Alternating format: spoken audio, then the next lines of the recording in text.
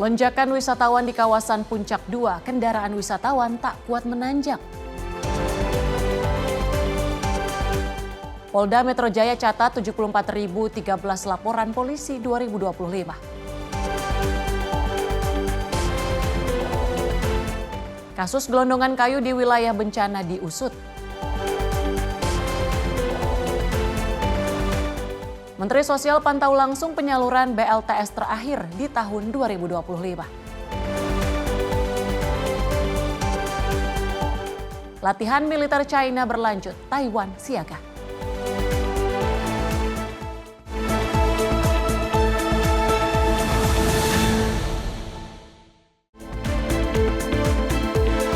Halo, selamat pagi pemirsa, selamat tahun baru. Di hari pertama di tahun 2026 tentu harus semangat dengan resolusi baru dan juga dalam menjalankan aktivitas. Dan tentunya Menyapa Indonesia Pagi akan menemani aktivitas Anda dengan beragam informasi menarik. Bersama saya Tiara Dianti dan inilah Menyapa Indonesia Pagi untuk Anda.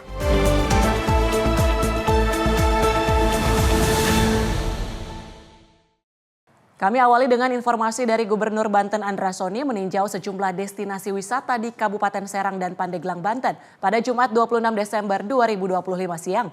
Peninjauan ini dilakukan guna memastikan kesiapan sarana dan prasarana serta menjamin aspek keamanan bagi wisatawan selama masa libur Natal 2025 dan Tahun Baru 2026.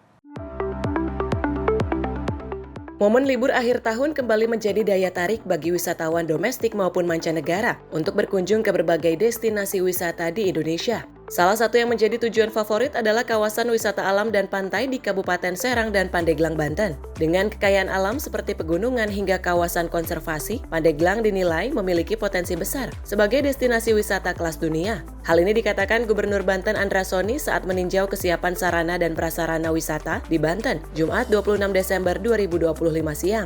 Ia menegaskan libur Nataru tahun ini harus menjadi momentum, membuktikan Banten siap menyambut wisatawan dengan standar terbaik, yaitu pelayanan yang ramah, menjaga kebersihan lokasi, serta kesiapsiagaan petugas keamanan di lapangan.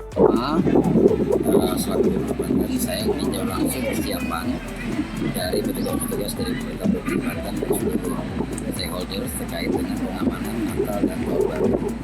Perubahan Natal dan Tahun Baru ini sekaligus juga masih dimohon oleh masyarakat untuk memanfaatkan waktu liburnya untuk berwisata.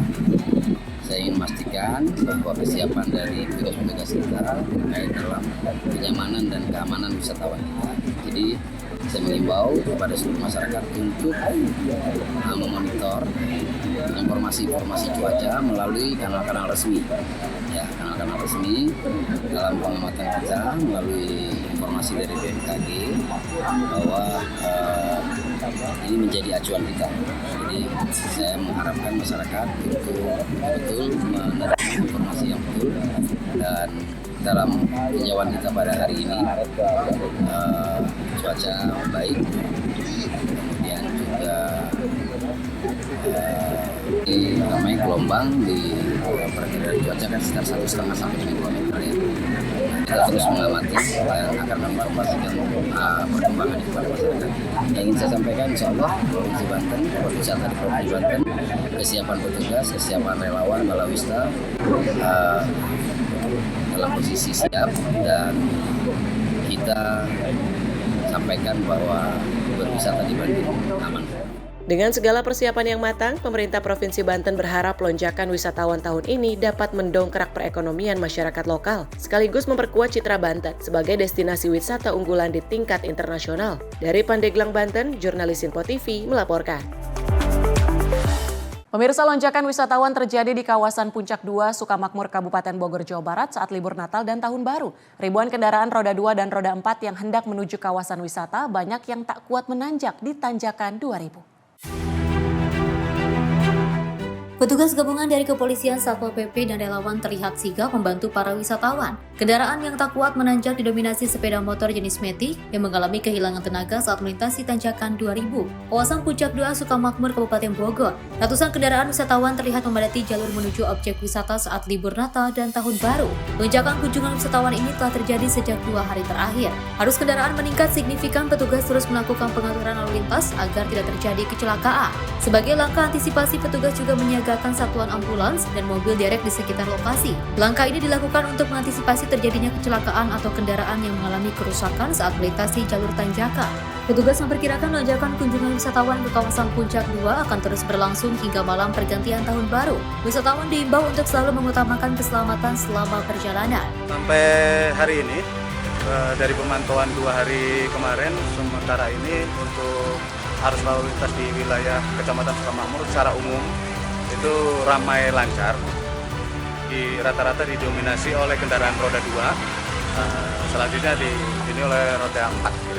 Kalau khusus untuk titik di Tanjakan 2000, itu kami memang mengkonsentrasikan baik anggota maupun masyarakat agar bisa membantu wisatawan maupun para pengguna jalan yang memang kadang-kadang agak kesulitan untuk melalui Tanjakan 2000 ini. Kalau melihat dari kondisinya, sebenarnya sih Tanjakan 2000 ini tidak terlalu tajam. Namun memang ada beberapa pengguna jalan yang pada waktu melalui jalur Tanjakan 2000 ini kesulitan. Pada akhirnya dari 1-2 yang kesulitan ini akhirnya membawa dampak kepada yang di belakangnya dan akhirnya terjadi sedikit kendala kemacetan. Dan itu kemudian kita melakukan tugas untuk penguraian. Sampai dengan saat ini kita tetap akan melaksanakan buka tutup jalan secara situasional, melihat dari keadaan jalur itu sendiri. Bila mana jalurnya kira-kiranya memang padat, kita akan melaksanakan tetap buka tutup. Kami dari pihak kepolisian menghimbau kepada para pengguna jalan, khususnya para pengguna jalan roda 2, apalagi lebih khusus lagi kepada pengguna kendaraan roda 2 yang berjenis matic, bila mana hendak pulang dari wisata, mohon kehati-hatiannya pada waktu melalui jalur-jalur yang turunan cukup tajam. Mohon agar lebih baik berhenti dulu atau kemudian beristirahat dulu, cek kondisi ban maupun rem, paling tidak untuk meminimalisir jangan sampai terjadi kecelakaan. Pihak kepolisian mengimbau kepada para wisatawan yang hendak berkunjung ke Puncak 2 Sukamakmur agar memperhatikan kondisi kendaraan. Wisatawan diminta untuk memastikan kondisi rem mesin dan bahan bakar dalam keadaan baik, serta disarankan beristirahat sebelum melintasi tanjakan maupun turunan saat pulang berwisata. Petugas gabungan akan terus melakukan pengawasan dan pengaturan arus lalu lintas di kawasan Puncak 2 selama libur Natal dan Tahun Baru. Wisatawan diharapkan dapat mematuhi arahan petugas demi keselamatan dan kenyamanan bersama. Dari Bogor, Jurnalis Empat TV melaporkan. Antusiasme warga menyambut pesta malam Tahun Baru 2026 semakin terasa. Beberapa warga ada yang rela datang lebih awal untuk mengikuti pesta malam Tahun Baru. Kawasan Bundaran Hotel Indonesia atau HI terus dipersiapkan menjadi pusat perayaan pergantian tahun khususnya di wilayah DKI Jakarta. Warga pun terlihat antusias menyambut malam perayaan Tahun Baru. Tidak hanya warga Jakarta saja, terdapat warga luar Jakarta yang datang untuk melihat dan menikmati persiapan pesta malam Tahun Baru. Terdapat juga warga yang rela datang lebih awal untuk melihat dan mengikuti kemeriahan pesta pergantian tahun nanti malam. Saya asalnya dari Tangerang. Tangerangnya Ciledug. Oh, Ciledug. Iya, terjangkau. Deket banget, iya. Kita sih pengen ngelihat ya, kan kalau malam itu biasanya susah kendaraan, jadinya kita pengen lihat siang aja supaya pulangnya juga gampang, karena kan supaya nggak terlantar lah di jalan gitu. Jadi kita siang-siang. Kalau malam tahun baru ini aku udah siap-siap dari sini, udah mau lihat nanti malam bakal ada acara banyak banget kan. Oh, berarti ada. nanti di HI nih? Iya di HI. Udah standby dari jam berapa nih? Jam 1. Iya, jam 1. Wah, udah ngerela-relain. Udah rela-relain jauh-jauh dari sini. Meski pemerintah meniadakan pesta kembang api tahun ini untuk menjaga empati terhadap korban banjir longsor di Sumatera, antusiasme warga justru tetap tinggi untuk merasakan euforia malam pergantian tahun di Jakarta. Beberapa warga memberikan pendapat mereka terhadap kebijakan gubernur untuk meniadakan pesta kembang api tahun ini. Ya sudah cocok, karena itu artinya empati kita sebagai warga Jakarta, selain untuk mereka yang ada di Sumatera dan Aceh, kita juga sakit mengikuti acara mereka lah. Ibaratnya mereka sedang lagi dalam keadaan seperti ini, kita empati berduka, bersama, berduka cita. Oke. Gak senang sendirian aja gitu. Jadi keluarga kita yang di sana kita ikut merasakan yang di sana gitu. Saling mendoakan lah ibaratnya untuk mereka yang di sana. Dari Jakarta, Azhar Putra, Azul Hakim, Simpo TV melaporkan.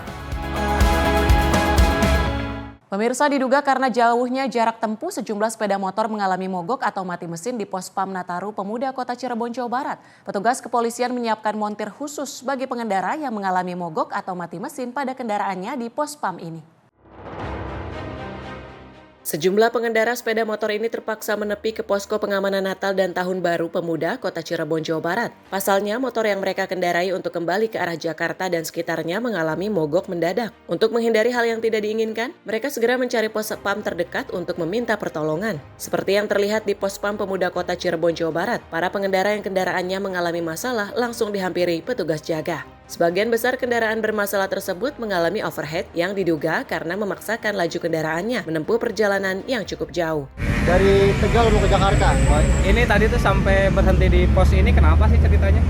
Karena motornya trouble, baterainya putus. Oke, terus habis itu? Terus jalan, dorong motor, ketemu pos polisi di situ. Oh, jadi diistirahat dulu di pos polisi gini? Iya. Rencananya emang dari mana mau kemana?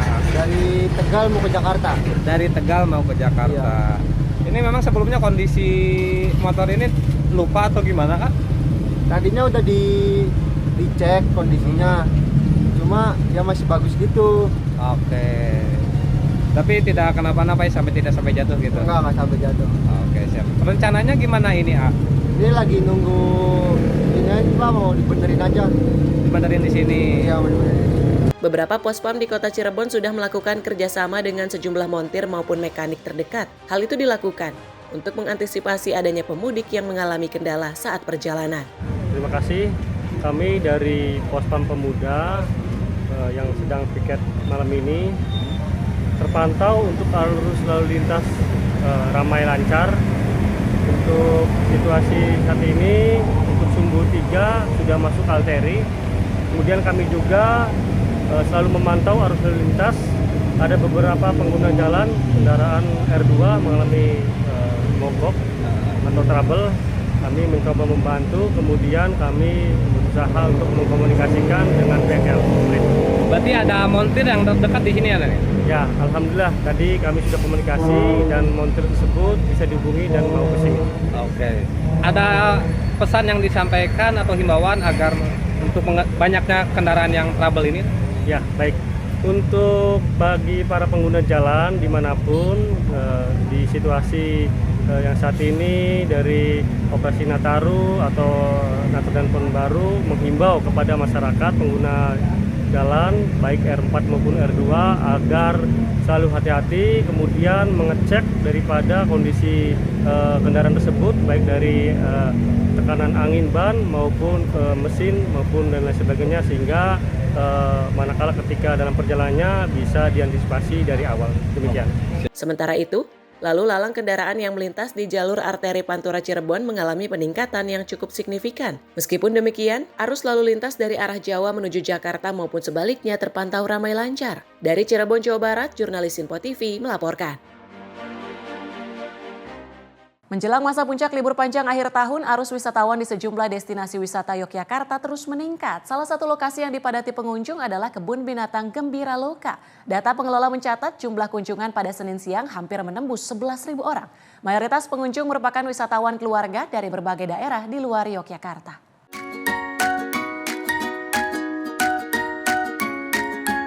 Suasana ramai terlihat sejak pintu masuk sebelah barat maupun timur Kebun Binatang Gembira Loka, Yogyakarta. Area parkir tampak dipenuhi kendaraan dengan plat nomor luar daerah. Ribuan wisatawan terlihat memadati kawasan wisata sebagai pengunjung mengantri untuk melihat berbagai koleksi satwa serta menikmati aneka wahana yang tersedia. Selama periode libur panjang ini, jumlah kunjungan hampir setiap hari menembus angka lebih dari 10.000 orang. Angka tersebut meningkat signifikan jika dibandingkan hari biasa atau akhir pekan, yang rata-rata hanya berkisar antara 3.000 hingga 4.000 pengunjung. Kenapa memilih ke Karena anak saya kan suka sama hewan-hewan, binatang-binatang. Jadi mungkin kasih dia. Iya, betul. Kesini udah kemana lagi? Baru sini. Rencana mau kemana, Pak? Rencana mau ke Kitman nanti. Betul, di Pemungan, area dan Gajah. Soalnya Jogja itu kan terkenal sama wisata dan makanannya ya, kuliner. Jadi kita bisa dapat semuanya itu dalam satu kota. Ya, anak-anak sih. Pihak pengelola memperkirakan lonjakan jumlah wisatawan masih akan terjadi hingga awal Januari mendatang. Hal ini seiring dengan berakhirnya masa libur sekolah. Menurut manajemen, peningkatan kunjungan sudah terasa sejak awal libur Natal, tepatnya tanggal 25 Desember lalu. Cukup positif ya pada khususnya Jogja. Untuk pariwisata di Gembira Loka sendiri melihat situasi kondisi saat ini sangat bagus sekali, didukung dengan cuaca yang mungkin mendukung untuk hariannya juga cerah walaupun beberapa kali terjadi hujan. Dan untuk kali ini Nataru juga cukup positif karena kalau dilihat seperti tahun lalu kita lebih meningkat dibanding tahun lalu untuk saat ini. Guna mengantisipasi membludaknya pengunjung, Pola Gembira Loka menambah jumlah personil keamanan. Sejumlah layanan juga dioptimalkan mulai dari eskalator area tanjakan, transportasi dalam kawasan seperti kereta keliling, hingga kapal katamaran. Langkah ini dilakukan untuk memberikan kenyamanan sekaligus mencegah terjadinya penumpukan wisatawan selama masa libur panjang. Dari Yogyakarta, jurnalis Simpo TV melaporkan. Sementara itu, TNI Angkatan Darat melalui Kodam Jaya Jayakarta menyelenggarakan apel gelar satuan dalam rangka kesiapsiagaan pengamanan menyambut Tahun Baru 2026. Apel dipimpin Kepala Staf Kodam Jaya Jayakarta Brigjen TNI Zul Hadri bertempat di lapangan Silang Monas, Jakarta Pusat pada 31 Desember 2025.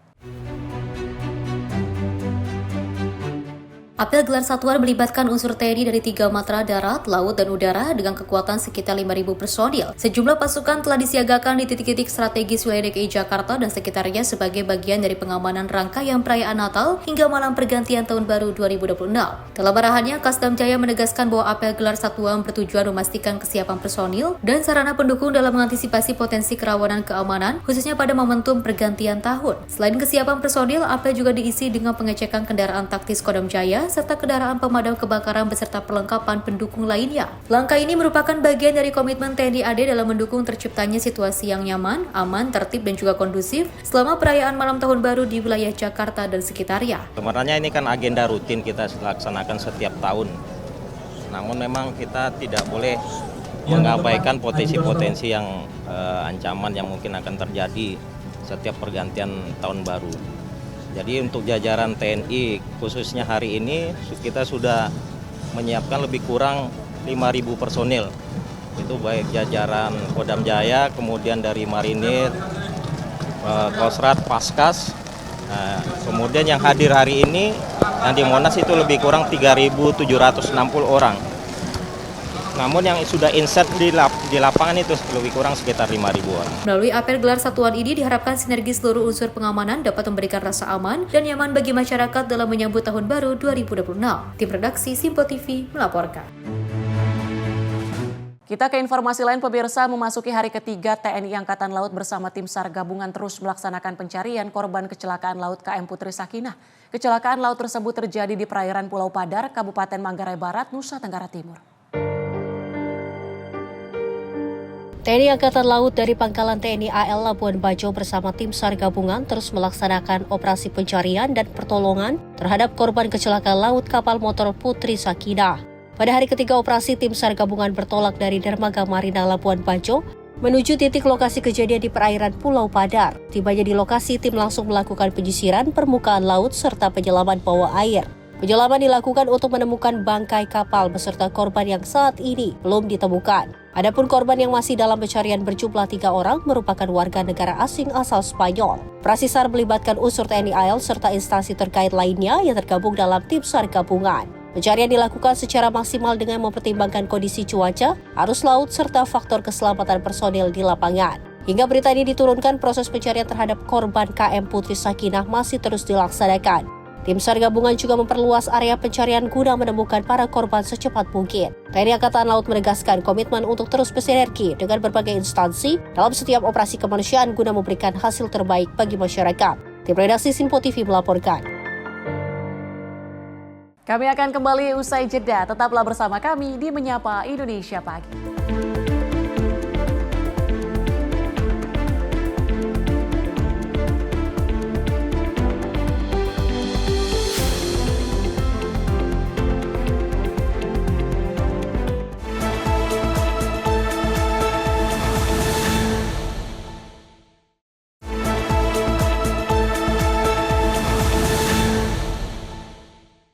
Anda kembali menyaksikan Menyapa Indonesia Pagi dan informasi kami lanjutkan. Sejumlah pengacara mendatangi Komisi Percepatan Reformasi Polri pada Selasa sore. Kedatangannya untuk menindaklanjuti seorang manajer legal perusahaan swasta meninggal dunia yang diduga akibat stres saat menjalani proses hukum.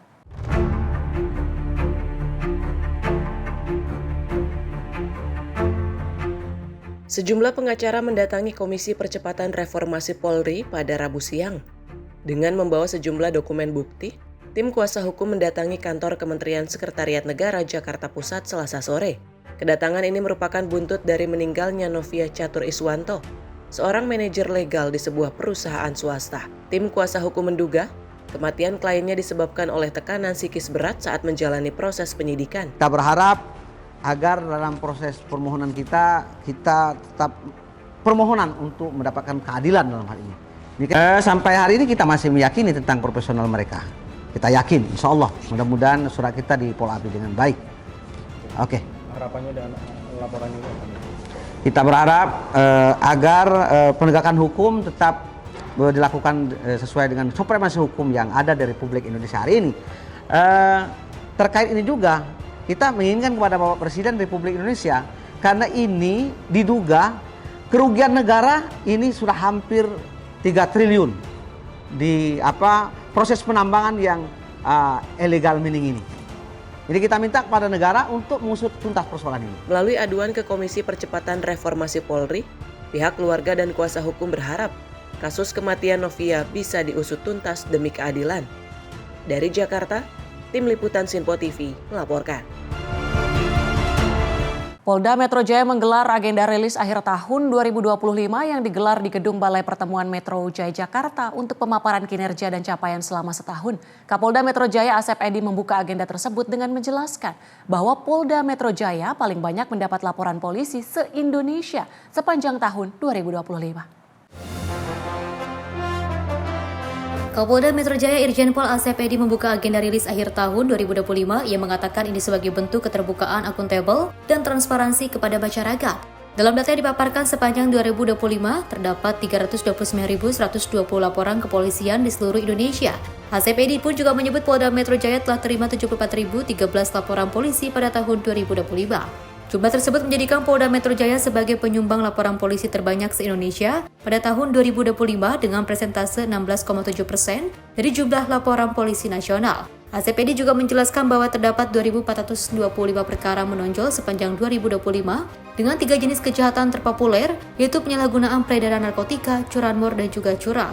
Sepanjang tahun 2025, kami menerima lebih dari 269.000 panggilan yang masuk dan sekitar 60% panggilan terlayani oleh jajaran kami. Bagi kami akan ini menunjukkan bahwa masyarakat semakin percaya untuk melapor dan meminta bantuan. Selain pelaksanaan tugas rutin untuk bantuan pengamanan pada momentum tertentu, Polda Metro Jaya juga melaksanakan 9 operasi polisian sepanjang tahun 2025. Lebih luas dalam konteks Kamtibmas dan juga pengamanan kegiatan masyarakat, Polda Metro Jaya telah mengawal 2.304 saksi demonstrasi. Dari Jakarta, Fani Azul Hakim, Sinpo TV melaporkan. Deru air sungai yang selama bertahun-tahun menjadi batas kehidupan warga Pekon Umbar, Kecamatan Kelubayan, Kabupaten Tanggamus, kini tak lagi menjadi halangan. Di atas aliran deras itu, jembatan gantung Garuda berdiri kokoh, menyatukan harapan warga dan anak sekolah yang selama ini hidup dalam keterisolasian. Selama bertahun-tahun, anak-anak di Pekon Umbar, Kecamatan Kelumbayan, Kabupaten Tanggamus, harus bertaruh nyawa demi bisa sampai ke sekolah. Mereka terpaksa menyeberangi sungai akibat jembatan penghubung antar kampung yang menjadi akses utama putus beberapa tahun lalu. Bahkan anak-anak ini kerap terpaksa membatalkan perjalanan ke sekolah saat air sungai meluap. Kondisi itulah yang membuat TNI Angkatan Darat membangun jembatan Garuda di lokasi terisolir, yang jika ditempuh menggunakan sepeda motor memakan waktu hampir 2 jam tersebut. Jembatan gantung Garuda dibangun oleh Kodam 21 Radin Inten sebagai bentuk kehadiran negara di wilayah terisolasi. Jembatan ini memiliki panjang 120 meter yang dibangun hanya dalam waktu 6 hari dengan melibatkan gotong royong tim gabungan dan juga warga. Pangdam 21 Radin Inten Majen TNI Kristome Sianturi mengatakan pembangunan jembatan ini merupakan perintah Presiden Prabowo Subianto untuk membuka akses dan mempercepat pembangunan daerah. Ini diharapkan dapat mempermudah aktivitas warga sehari-hari. Jembatan gantung Garuda yang memang merupakan perintah dari Bapak Presiden yang akan berguna buat masyarakat sebagai akses dalam rangka mempercepat pembangunan di wilayah, di daerah, dan meningkatkan perekonomian masyarakat serta memudahkan akses bagi anak-anak kita yang untuk ke sekolah. Jadi harapan kita dengan mudahnya akses ini tadi akan lebih mudah dalam pembangunan, kemudian anak-anak kita juga bisa bersekolah dengan baik, aman, nyaman. Nah, tentunya inilah bentuk kehadiran negara di wilayah, bentuk kehadiran negara dalam rangka meningkatkan kesejahteraan rakyat, gitu kira-kira. Untuk proses pembangunan ini seperti apa, Jenderal? Ya, jadi jembatan gantung Garuda kali ini di Pekon Umbar, yang merupakan Kuai Umbar ini di Kecamatan Kubayan, itu bentakannya 140 meter, yang dibangun oleh kurang lebih 49 gabungan antara TNI, Polri, masyarakat, Tagana, dan teman-teman dari PT Kaltesi Indonesia. Dan kita membutuhkan waktu kurang lebih sekitar 6 hari untuk melakukan pembangunannya. Menurut warga, jembatan ini putus sejak tahun 2018 akibat diterjang banjir. Saat itu pemerintah sempat membangun jembatan gantung, namun kembali rusak sebelum diresmikan. Bagi warga, jembatan yang menjadi kado akhir tahun 2025 merupakan akses utama untuk kegiatan sehari-hari seperti sekolah, berkebun, bahkan untuk menuju akses kesehatan. Tahun 2000 Dan insya Allah nanti kita juga kan sudah dibangun seperti jembatan tadi dari yang dulu pesan Pak Gubernur pas kita mau peresmian bahwa malamnya ada infrastruktur banjir. kita betul-betul saya tahu benar. Setelah itu dari awal ada pembangunan jembatan gantung lagi, sering banjir, terjadi banjir lagi, dialokasikan akhirnya kita. rusak. Alhamdulillah. Jadi semua terganggu anak-anak sekolah kalau nggak ada sekolah. Indonesia ini bisa sekolah. Termasuk pemerintah Kabupaten Gamus, saya akan sampaikan pesan di kesempatan ini. Tolong jangan sampai ada anak-anak Tenggamus tidak bisa sekolah minimal sampai SLA, tamat SLA, karena orang tuanya tidak mampu. Tolong sampaikan itu pada protokol, sampaikan pada camat, sampaikan pada bupati. Banget, karena anak-anak sekolah kalau nggak ada jembatan kan susah. Barangkali apalagi kalau ada yang sakit, mobil nggak bisa, motor susah mau lewat. Ini udah berapa lama, Bu? Kenapa? Apanya? Oh, nggak ada jembatan Udah itu ada rusak. 2 tahun lebih lah, 3 tahunan itu. Enggak loh, dibikin jembatan gantung kemarin kan rusak. Bikin lagi ini, udah lama sih. Kini jembatan gantung Garuda di Pekon Umbar tak hanya menghubungkan dua sisi sungai, namun juga menghubungkan mimpi anak-anak sekolah, harapan warga, dan masa depan Pekon Umbar yang tak lagi terisolasi. Dari Tanggamus, Lampung, Immanuel Simorangkir, kontributor Simpo TV melaporkan. Sementara itu petinju kelas berat dunia Anthony Joshua dilaporkan dalam kondisi stabil setelah terlibat kecelakaan mobil di Nigeria. Insiden tersebut menyebabkan 2 orang tewas yang diketahui merupakan sahabat dekat sekaligus anggota tim Joshua.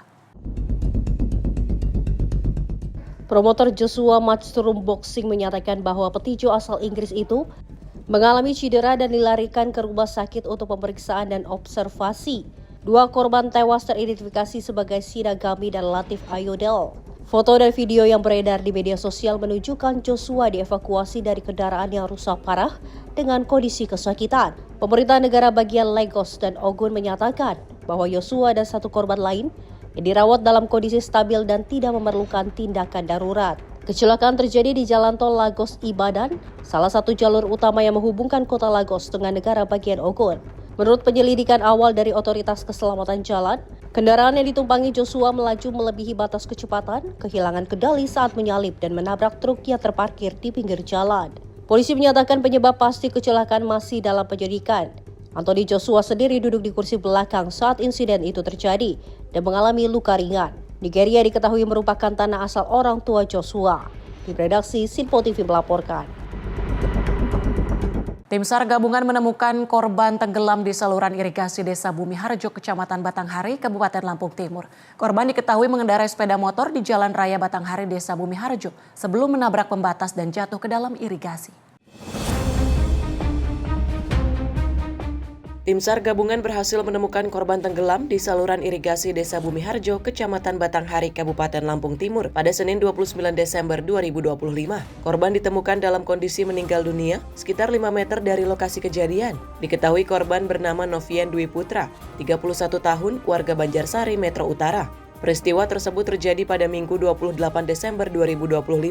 Sekitar pukul 22.30 WIB, korban diketahui mengendarai sepeda motor di Jalan Raya Batanghari, Desa Bumiharjo, sebelum menabrak pembatas irigasi. 2 orang saksi melihat sepeda motor korban serta gelombang air di saluran irigasi yang diduga akibat korban terjatuh.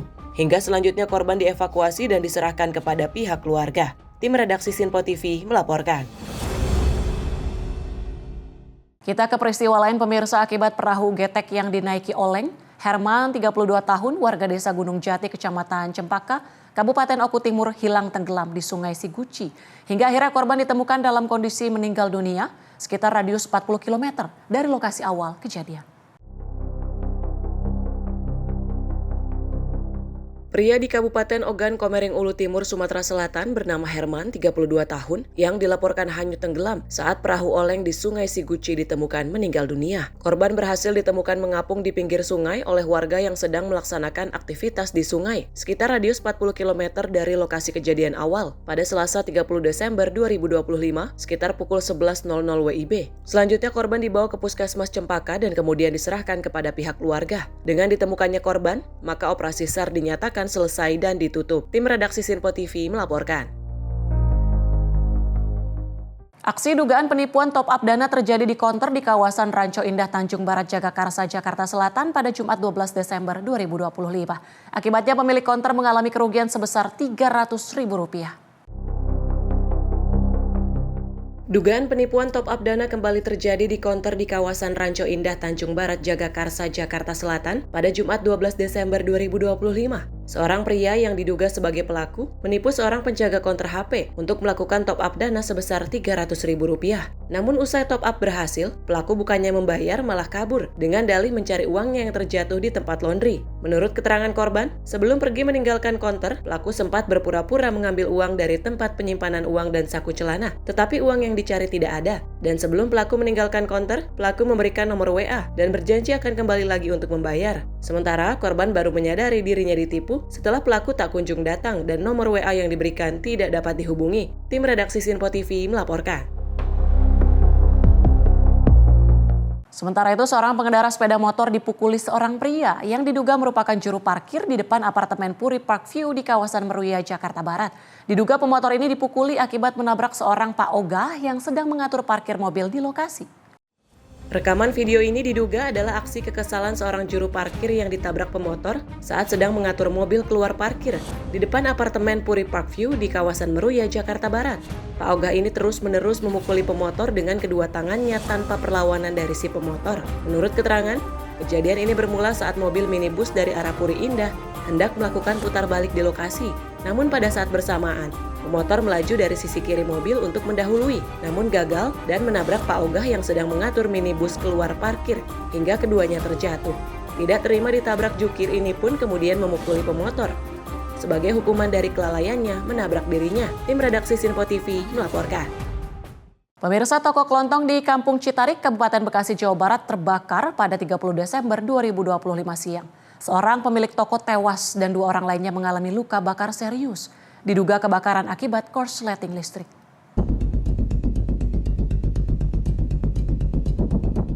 Peristiwa kebakaran ini merenggut nyawa Komariah 50 tahun, serta melukai 2 korban lainnya, Narin 55 tahun dan Hermansyah 34 tahun. Korban Komariah tewas di dalam kamar mandi akibat tidak berhasil menyelamatkan diri saat kobaran api melahap seluruh bangunan toko kelontongnya Selasa 30 Desember 2025 siang. Sedangkan Narin dan Hermansyah mengalami luka bakar serius di sekujur tubuhnya akibat berusaha menerobos kobaran api yang mengganas. Diduga kebakaran terjadi akibat percikan api yang muncul dari salah satu colokan listrik. Api dengan cepat membesar setelah menyambar bensin eceran yang disimpan di dalam toko. Tadi yang saya lihat itu, saya lagi duduk, lihat di jendela ini, tiba-tiba ada api dari bawah di alasnya gitu. Terus apinya masih kecil, Pak. Terus si bapak yang punya warungnya keluar dari bensin yang ada di depan, mungkin biar apinya nggak nyebar gede. Terus itu si bapak langsung minta tolong. Saya di sini sama mbak yang punya warung ini teriak-teriak minta tolong. Langsung pas orang lagi nyiramin ke dalam, apinya makin gede. Dari situ saya nggak tahu kalau ada korban lagi di dalam. Terus anak yang pertama datang ke sini langsung nyamperin ke dalam, nerobos api yang gede. Di situ mungkin dia menyelamat dirinya tapi nggak ketemu bayi itu sudah keluar dari dalam, badannya udah kebakar semua Pak. Udah habis, udah keluar juga udah pada melepuh. Dari situ si bapak minta tolong ada ibunya di dalam katanya. Saya nggak tahu segala mah datang pemadam langsung. Penyebab kebakaran sendiri Mbak yang Mbak tahu tadi lihat ini dari mana? Saya nggak tahu. Nggak tahu ya. Tiba-tiba udah ada apinya gitu. Saya juga bingung nama apa. Korbannya tadi ada berapa Mbak? Korban itu kebakaran seriusnya satu. Si ibunya katanya sih meninggal. Tapi saya juga belum tahu pastinya. Kalau si bapaknya ada kebakaran di kaki sedikit. Kapolsek Cikarang Timur mengatakan, kebakaran ini diduga akibat banyaknya colokan listrik yang menyebabkan korsleting. Api dengan cepat membesar karena adanya bahan bakar bensin di dalam toko. Tadi sekitar pukul 11 saya mendapat laporan dari Babin, bahwasanya warganya ada yang jadi korban kebakaran. Dan dimungkinkan ini sepertinya api berasal dari colokan listrik yang begitu banyak. Colokan listrik itu memercikan api dan kemudian menyambar BBM bensin yang pada saat itu sedang dituang. Boleh tahu dan korban-korban sendiri saat ini seperti apa Dan? Untuk korban meninggal dunia atas nama Komaria, umur kurang lebih 50 tahun, almarhumah itu berada di pojokan kamar mandi untuk menghindari kobaran api. Namun yang almarhumah ini tidak sempat bisa menyelamatkan diri karena semuanya tertutup. Kondisi korban mengalami luka bakar serius atau gimana? Kan korban ada 2 Dan ya? Ya, korban yang pertama mengalami luka serius dan meninggal dunia, kemudian korban yang kedua 90%. Dan saat ini kedua korban dibawa ke rumah sakit Setra Medika. Petugas identifikasi Polres Metro Bekasi melakukan olah tempat kejadian perkara, serta memasang garis polisi di sekitar lokasi kebakaran.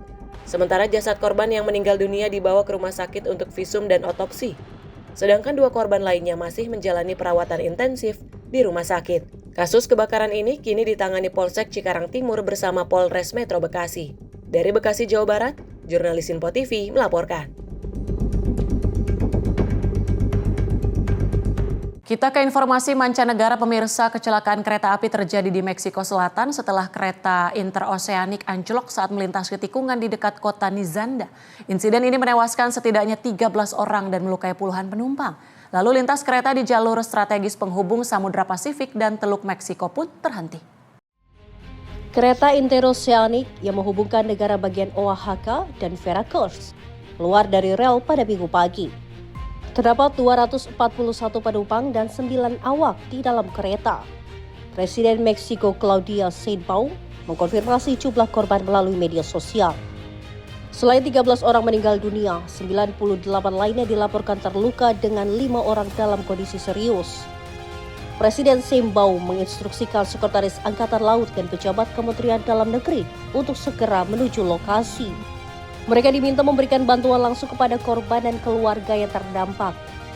Gubernur Oaxaca Salomon Jara menyatakan berbagai lembaga pemerintah telah diterjunkan ke lokasi untuk proses evakuasi dan penanganan medis. Penyebab pasti anjloknya kereta masih dalam penyelidikan otoritas setempat.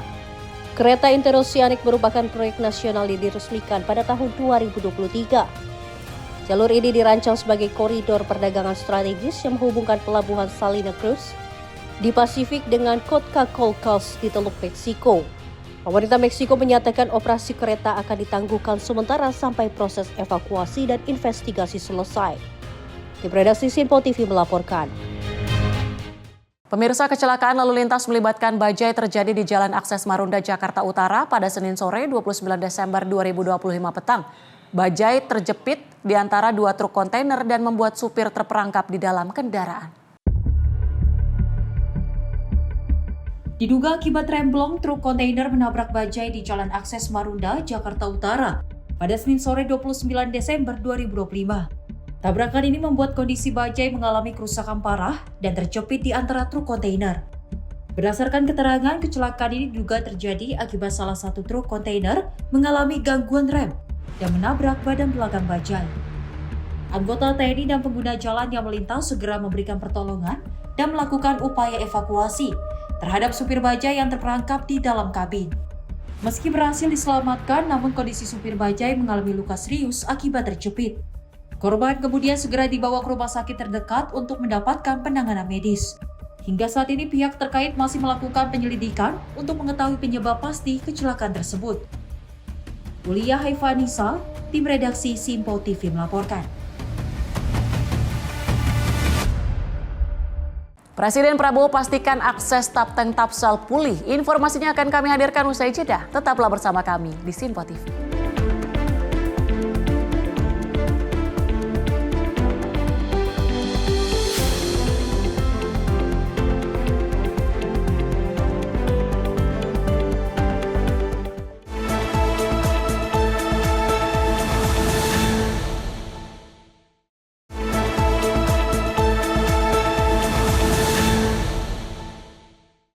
Anda kembali menyaksikan Menyapa Indonesia Pagi. Pemirsa, Presiden Republik Indonesia Prabowo Subianto menutup akhir tahun 2025 dengan meninjau langsung lokasi bencana di Kabupaten Tapanuli Selatan, Sumatera Utara. Presiden Prabowo Subianto didampingi Menteri Sekretaris Negara Prasetyo Hadi meninjau langsung kondisi jembatan Sungai Garoga di kawasan Batang Toru, Kabupaten Tapanuli Selatan pada Rabu 31 Desember 2025. Kunjungan ini dilakukan untuk memastikan proses penanganan bencana, terutama perbaikan jembatan, berjalan maksimal agar akses transportasi dan mobilitas warga dapat segera pulih. Menteri Sekretaris Negara Prasetyo Hadi menyampaikan, Presiden ingin proses pemulihan segera dilanjutkan ke tahap rekonstruksi guna mendukung aktivitas dan perekonomian masyarakat. Hadi menyebut pemerintah menegaskan akan terus hadir dan memastikan penanganan bencana di 3 provinsi, Sumatera Utara, Aceh, dan Sumatera Barat, berjalan cepat, tepat, dan terkoordinasi. Hari ini beliau berkunjung ke Kabupaten Tapanuli Selatan, ke desa Batang Toru. Ini salah satu desa yang cukup terdampak sangat berat. Dan Pak Presiden sekali lagi membersamai masyarakat yang terdampak sekaligus ingin memastikan proses penanganan, terutama jembatan yang menghubungkan dua wilayah antara Tapanuli Tengah dan Tapanuli Selatan supaya dapat segera untuk mempercepat pemulihan, termasuk tahap rekonstruksi. Sekali lagi ini membuktikan komitmen Bapak Presiden untuk terus hadir memastikan penanganan bencana di 3 provinsi dapat berjalan dengan sebaik. Kunjungan ini menegaskan komitmen Presiden Prabowo Subianto untuk terus berada di garis depan dalam mengawal pemulihan wilayah terdampak bencana demi kesejahteraan dan keselamatan masyarakat. Dari Tapanuli Selatan, Jihan Nabila, Simpo TV melaporkan. TNI Angkatan Laut melalui unsur KRI Rajiman Wedyo Diningrat 992 menyelesaikan kegiatan debarkasi material bantuan serta dukungan kesehatan kemanusiaan di dermaga ASEAN Lok Sumawe. Kehadiran TNI AL di masyarakat tidak hanya memberikan bantuan material, tetapi juga harapan, kepedulian, dan semangat kebersamaan dalam menghadapi masa pemulihan pasca bencana. Pada Selasa 30 Desember 2025, TNI Angkatan Laut melalui unsur KRI Dr. Rajiman Wedyo Diningrat atau KRI RJW 992 menyelesaikan kegiatan debarkasi material bantuan serta dukungan kesehatan kemanusiaan di dermaga ASEAN Lok Sumawe. Satgas Gulbencal Sumatera 2025 yang berjumlah 65 personil gabungan dari KRI RJW 992, Kopaska Dispesial, Puskesal dan juga Lanal Lok Sumawe dikerahkan TNI AL, di mana tim melaksanakan kegiatan kemanusiaan terpadu di Menasah Gampong, Desa Pantelong, Kecamatan Pesangan, Kabupaten Biren. Kegiatan diawali dengan gotong royong memasang tenda serta membersihkan lingkungan sekitar, menciptakan ruang yang lebih aman dan nyaman bagi warga. Selain itu, tim kesehatan TNI AL juga memberikan pelayanan medis gratis bagi masyarakat dengan total 109 pasien yang terdiri dari pemeriksaan kesehatan umum dan gigi. Masyarakat juga mendapatkan penyuluhan kesehatan gigi dan mulut pasca bencana yang disampaikan dokter gigi dari Puskesal. TNI AL juga menyerahkan bantuan obat-obatan kepada Puskesmas Pesangan untuk didistribusikan ke posko kesehatan sekitar. Bantuan lain seperti susu dan handuk juga diberikan kepada warga desa Pantelong, terutama untuk memenuhi kebutuhan anak-anak dan kelompok rentan. Sebagai bentuk perhatian khusus kepada anak-anak, kegiatan trauma healing juga diberikan oleh tim Dispesial TNI AL dengan sebanyak 30 anak usia 3 hingga 12 tahun mengikuti pemulihan psikologis yang dikemas secara ceria dan edukatif di Menasah Gampong. Dalam kesempatan terpisah, Kepala Staf Angkatan Laut Laksamana TNI Dr. Muhammad Ali menyampaikan kehadiran TNI AL di masyarakat tidak hanya memberikan bantuan material, tetapi juga harapan kepedulian dan semangat kebersamaan dalam menghadapi masa pemulihan pasca bencana. Tim redaksi Simpo TV melaporkan. Ratusan prajurit Satuan Tugas Penanggulangan Bencana Yonif 115 Macan Loser lembur hingga malam hari untuk membersihkan pasar kota Hong Kong, Kecamatan Karangbaru, Kabupaten Aceh Tamiang pada Selasa, 30 Desember 2025. Sejak siang hari, prajurit TNI menyisir area dalam pasar, badan jalan, gang-gang sempit, serta saluran drainase yang tertutup lumpur dan sampah sisa banjir. Meski cuaca masih lembab dan penerangan terbatas, kegiatan pembersihan tetap dilanjutkan hingga malam hari dengan dukungan alat penerangan sederhana. Dalam pelaksanaannya, Satgas Yonif 115 ml mendapatkan dukungan 5 unit mobil pemadam kebakaran dari BNPB yang digunakan untuk menyemprot dan membersihkan lumpur tebal di kawasan pasar dan sekitarnya, sehingga akses utama aktivitas masyarakat dapat segera difungsikan kembali. Tanpa mengenal lelah, prajurit bergotong royong mengeruk lumpur, menyapu sampah, serta membuka saluran air yang tersumbat. Medan yang licin dan gelap tidak menyurutkan semangat prajurit dalam menjalankan tugas kemanusiaan demi membantu masyarakat bangkit pasca bencana.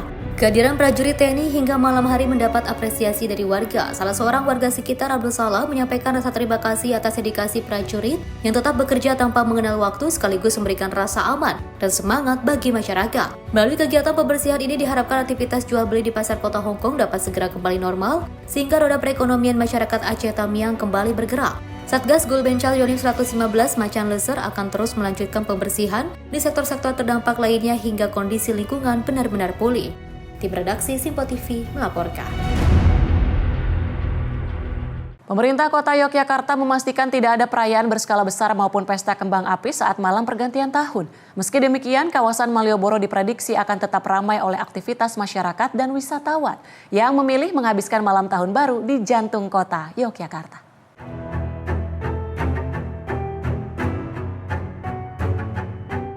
Wakil Ketua DPR RI Sahan Mustafa menegaskan percepatan penyelesaian polemik gelondongan kayu yang masih menumpuk di sejumlah daerah terdampak bencana Provinsi Aceh menjadi sangat krusial. Menurut pimpinan DPR RI tersebut, para bupati Provinsi Aceh meminta pemerintah pusat dan DPR RI untuk segera menyelesaikan polemik status kepemilikan kayu ini agar tidak dipersoalkan secara hukum ketika mulai dibersihkan. Hal ini disampaikan Sahan setelah mendengarkan tantangan para pemda di Aceh dalam rapat koordinasi Satgas Pemulihan Pasca Bencana DPR RI bersama dengan kementerian lembaga terkait di Banda Aceh pada Selasa pagi. Soal gelondongan tadi memang ada disampaikan ya terkait soal masalah oleh para bupati terkait dengan kayu gelondongan. Pada prinsipnya para kepala daerah khususnya para bupati meminta dari pemerintah pusat terkait dengan status kayu gelondongan tersebut supaya mereka bisa tangani dengan cepat. Karena mereka ada kekhawatiran kalau kayu itu dia tangani, dia bersihkan dan sebagainya, takut nanti ada masalah, dan mereka meminta dari pemerintah dan DPR nanti untuk memastikan bahwa ketika mereka menyelesaikan persoalan kayu tersebut tidak ada masalah. Jadi nanti DPR pas di Jakarta akan koordinasi dengan aparat penegak hukum. Dari Aceh, Max Munte, Roda Bayu, Simpo TV melaporkan.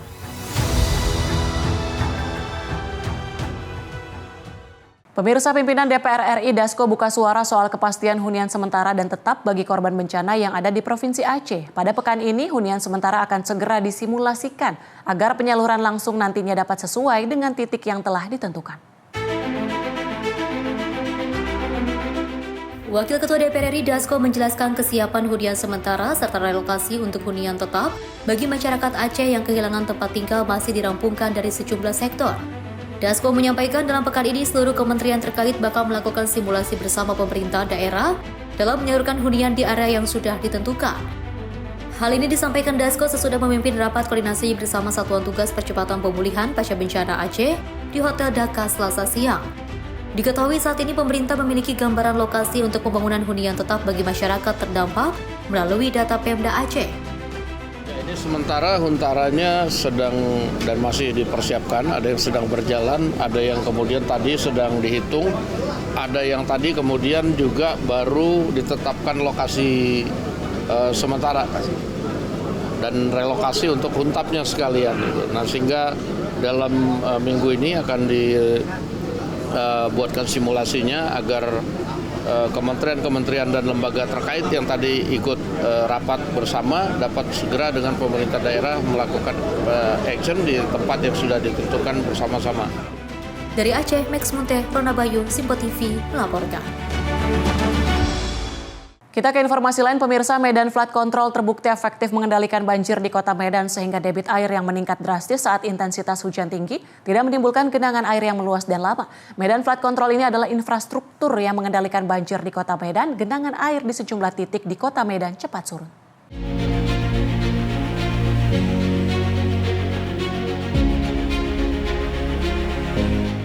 Infrastruktur yang dibangun Kementerian Pekerjaan Umum ini terbukti efektif mengontrol debit air Sungai Deli yang meningkat pesat pada 26 November lalu. Medan Flood Control berfungsi sangat efektif mengurangi area dan durasi genangan yang berpotensi mengenangi wilayah hampir 28 kelurahan. Menurut Menteri Pekerjaan Umum Dodi Hanggodo, konsep Medan Flood Control bekerja efektif ketika curah hujan berintensitas tinggi dengan menahan dan mengendalikan debit air lalu mengalirkannya secara bertahap sehingga sungai utama dan kawasan pemukiman tidak langsung terbebani dan beberapa titik genangan relatif lebih cepat surut. Medan Flood Control yang dirancang untuk mengendalikan aliran sungai dibangun dengan kanal sepanjang 3,8 km. Bekerja membagi debit air aliran Sungai Deli ke arah Amplas dan ke Sungai Deli. Pintu airnya yang persis berada kawasan Kelurahan Titik Kuning, Kota Medan, Sumatera Utara, dibangun dengan ketinggian maksimum dengan bukaan mencapai 3,3 meter. Tengku Suhadi, petugas pintu air Medan Flood Control, menjelaskan, fungsi infrastruktur langsung dirasakan manfaatnya.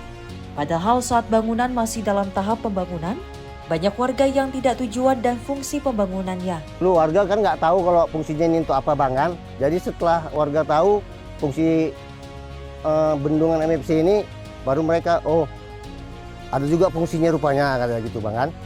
Jadi waktu banjir itu, air itu kan dibagi dua tuh Bang. Satu alirannya ke Amplas, satu ke Sungai Deli. Nah, jadi di situ bisa membantunya. Masyarakat baru mengetahui fungsi Medan Flood Control setelah merasakan perbedaan besar ketika sebelum ada Medan Flood Control dengan ketika infrastruktur tersebut mengalirkan debit air dalam jumlah besar saat intensitas hujan tinggi. Dulu warga kami tidak tahu dulu fungsinya pintu air ini apa. Setelah udah tanggal 27 tuh, waktu banjirnya besar-besar itu, kami baru tahu bahwasannya itu mengurangi debit air, membelah dua. Nah, yang satu alirannya ke Sungai Deli, satu lagi ke Amplas. Jadi mengurangi kebanjiran, korban banjir lah di Medan sana. Kementerian PU menegaskan akan terus memperkuat sistem pengendalian banjir di wilayah rawan, yaitu dengan mengoptimalisasi infrastruktur yang sudah dibangun, serta mengembangkan sistem pengendali banjir dari hulu hingga hilir. Medan Flood Control telah membuktikan pentingnya investasi infrastruktur pengendali banjir efektif melindungi masyarakat perkotaan dari risiko bencana hidrometeorologi. Tim redaksi Simpo TV melaporkan. Kementerian Pendidikan Dasar dan Menengah akan mengebut perbaikan sekolah terdampak bencana di Aceh, Sumatera Utara, dan Sumatera Barat sebelum tanggal 5 Januari 2026. Menteri Pendidikan Dasar dan Menengah Mendikdasmen RI Profesor Abdul Muti mengungkap lebih dari 4.140 sekolah rusak akibat bencana banjir dan longsor. Mengejar dimulainya masa didik semester genap 2026 yang jatuh pada 5 Januari 2026, Abdul menegaskan pemerintah akan mengebut perbaikan sekolah secepatnya. Menurut data 30 Desember 2025, dari 4.149 sekolah yang terdampak ringan hingga berat, 3.508 atau sekitar 85% diantaranya sudah bisa beroperasi. Jumlah sekolah yang terdampak secara keseluruhan ada 4.149 yang di Aceh ada 2.756, kemudian Sumatera Barat 443 dan Sumatera Utara 950. Selama proses ini kami melakukan beberapa kegiatan untuk memastikan bahwa anak-anak dapat belajar yang kita rencanakan dimulai pada 5 Januari yang akan datang. Meskipun memang karena kondisi yang berbeda-beda, maka mereka tidak harus belajar sebagaimana yang normal.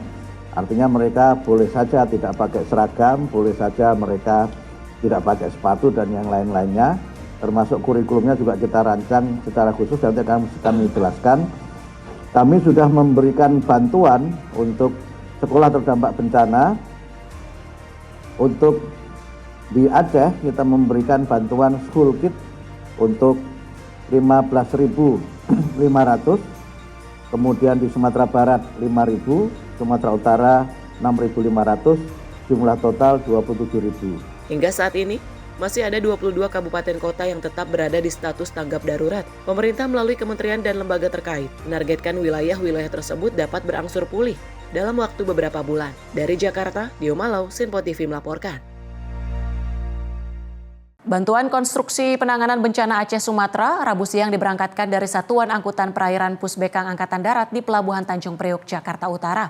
Bantuan konstruksi pembangunan jembatan dan peralatan instalasi pengolahan air serta Hutara diberangkatkan menggunakan kapal ADRI XLIX menuju Sumatera dan Aceh.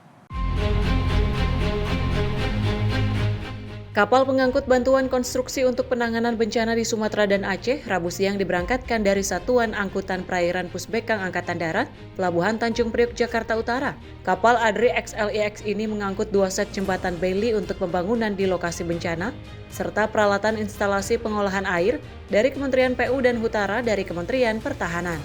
Hari ini kita memberangkatkan 1 kapal lagi dari sudah 5 kapal yang berangkat ke dalam rangka mendukung penanggulangan bencana di Sumatera.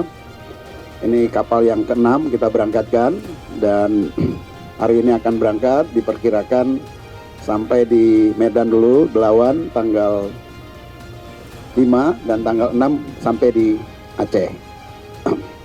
Kemudian perlu diketahui oleh teman-teman bahwa sesuai dengan perintah dari Bapak Presiden kepada Bapak Kepala Staf Angkatan Darat fokus dalam penanganan khususnya di jembatan. Ya.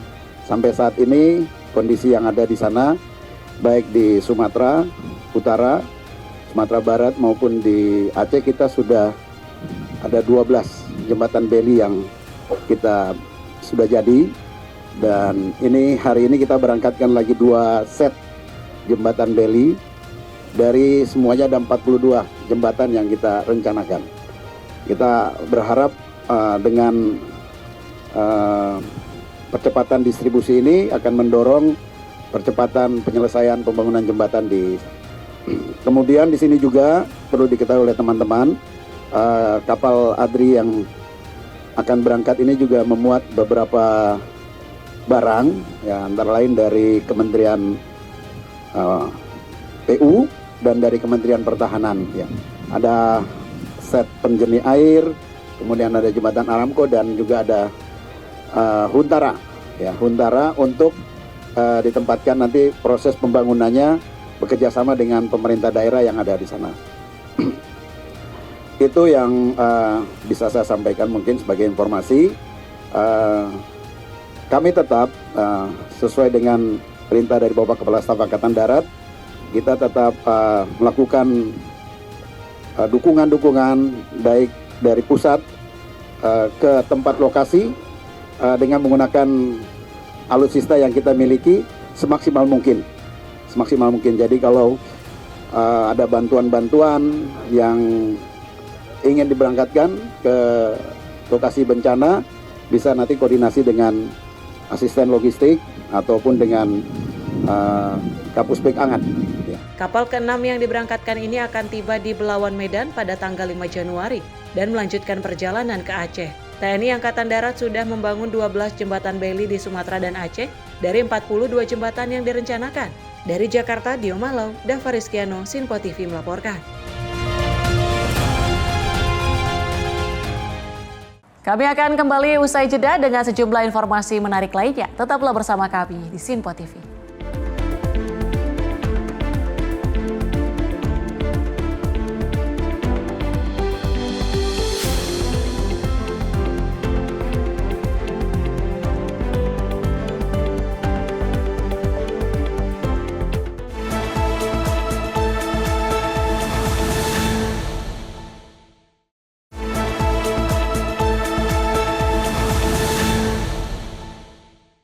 Terima kasih Anda masih bersama kami di Sinpo TV dan informasi kami lanjutkan. Pemerintah memutuskan untuk menaikkan volume cadangan pangan nasional, khususnya beras dari sebelumnya 3 juta ton menjadi 4 juta ton. Alasan peningkatan volume cadangan dilakukan dalam rangka mengantisipasi lonjakan produksi yang diprediksi akan meningkat pada tahun 2026 dan pengeluaran yang meningkat.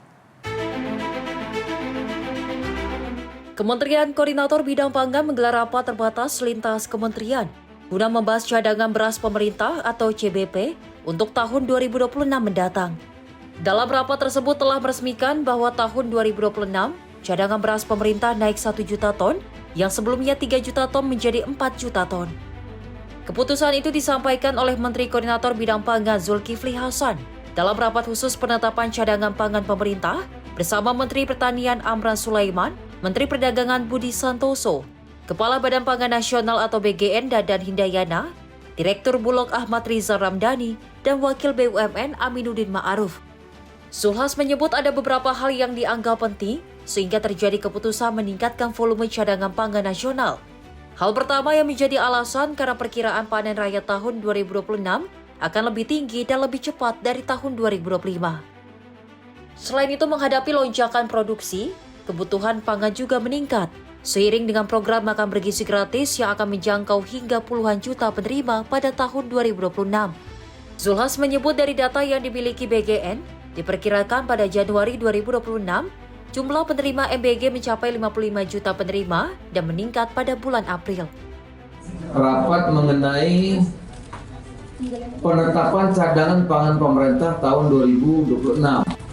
Kenapa? Yang pertama, ya sudah kelihatan bahwa produksi akan lebih tinggi tahun depan daripada tahun ini. Jadi harus persiapan dengan matang. Penyerapannya, gudangnya, yang disampaikan Pak Mentan. Yang biasanya itu Maret, April, Mei baru panen raya, ini mungkin Februari sudah panen raya, Pak. Nah, panen raya. Jadi harus kita siap. Kalau tidak nanti kan harganya bisa jatuh lagi. Itu yang pertama. Yang kedua, Pak Kepala BGN ini luar biasa ini. Ya, nanti akan bulan Januari, Pak ya. Tanggal 8 Januari itu sudah 55 juta penerima manfaat. Ada 19.000 SPG. Itu Januari, ya. Februari naik lagi, Maret naik lagi. April itu sudah 80 juta, Pak ya. 80 juta penerima manfaat. Itu perlu telurnya itu. Saya sampai lupa apa sih banyaknya, Pak. Telurnya perlu banyak. Ya, kalau 80 juta kan 80 juta satu hari satu butir, 80 juta butir telur itu, Pak. Bayangin, ya kalau ikan 80 juta potong ikan satu hari. Nah ini coba. Bayangin itu. Nih, Mei 72.800 penerima manfaat. Itu. Perlu beras banyak sekali, ikan perlu, tadi pisang berapa itu? Satu SPG itu 1,5 hektar. Itu buah pisang per tahun. Jadi kalau ada 30.000 perlu 50.000 hektar pisang, baru pisang, Pak. Tak hanya telur, kebutuhan komoditas lain seperti ikan, ayam, pisang, dan beras juga meningkat drastis seiring bertambahnya SPPG dan penerima manfaat program makan bergizi gratis. Dari Jakarta, Dio Malau, Sinpo TV melaporkan. Kementerian Kelautan dan Perikanan menggelar konferensi pers capaian kinerja sektor kelautan dan perikanan 2025 di Gedung Mina Bahari Kementerian Kelautan dan Perikanan pada Selasa 30 Desember 2025. Pada pemaparan capaian kinerja sektor kelautan dan juga perikanan 2025, Direktur Sumber Daya Kelautan Frista Yoharnita mengatakan angka produksi garam nasional menurun dibandingkan dengan tahun lalu. Hal tersebut disebabkan oleh faktor cuaca di mana intensitas tingginya hujan sangat mempengaruhi proses produksi pembentukan garam. Ia juga menyebut bahwa penurunan produksi garam tahun 2025 menjadi tantangan Kementerian Kelautan dalam capai target program prioritas Presiden pada swasembada pangan. Di sisi lain, Kementerian Kelautan dan Perikanan telah menyiapkan 2 program untuk dukung target tersebut, yaitu intensifikasi atau peningkatan produktivitas pada lahan yang sudah ada dan eksifikasi berupa pengembangan lahan tambak garam baru. Produksi yang kita bisa hasilkan sejauh ini masih berkisar di angka 2 juta ton per tahun. Sementara kebutuhan total garam baik untuk konsumsi maupun untuk industri itu bisa mencapai angka antara 4,5 sampai dengan 5 juta ton per tahun, sehingga memang kita masih perlu melakukan impor sebesar sekitar 2,6 sampai dengan 3 juta ton per tahunnya. Nah, inilah kemudian menjadi tantangan buat kita semua, bagaimana nanti di akhir 2027 itu kita benar-benar bisa mencapai swasembada garam.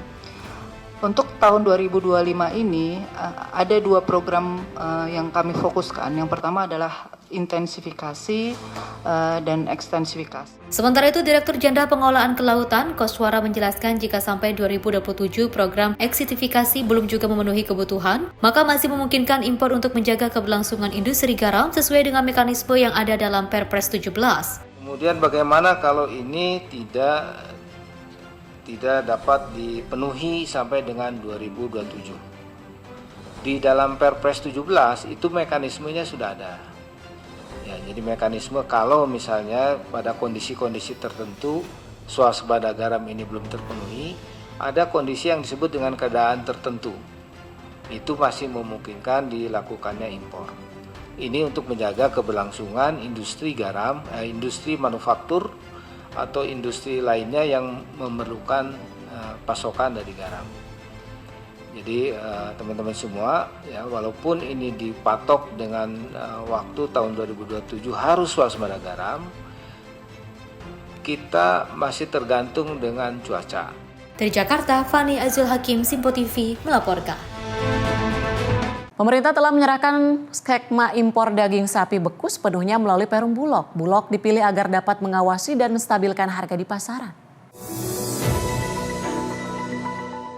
Pemerintah telah resmi menaikkan cadangan beras pemerintah atau CBP menjadi 4 juta ton. Selain beras, pemerintah juga turut menaikkan komoditas pangan lainnya seperti jagung, daging sapi, dan minyak goreng. Dalam rapat koordinasi terbatas yang digelar, Menteri Koordinator Bidang Pangan Zulkifli Hasan menyebut bahwa skema impor daging beku sepenuhnya dilakukan melalui satu pintu yakni dari Perum Bulog. Sehingga harga dan volume pasokan dapat dikendalikan. Dengan skema tersebut, pemerintah memiliki ruang untuk melakukan intervensi harga jika terjadi gejolak di pasar.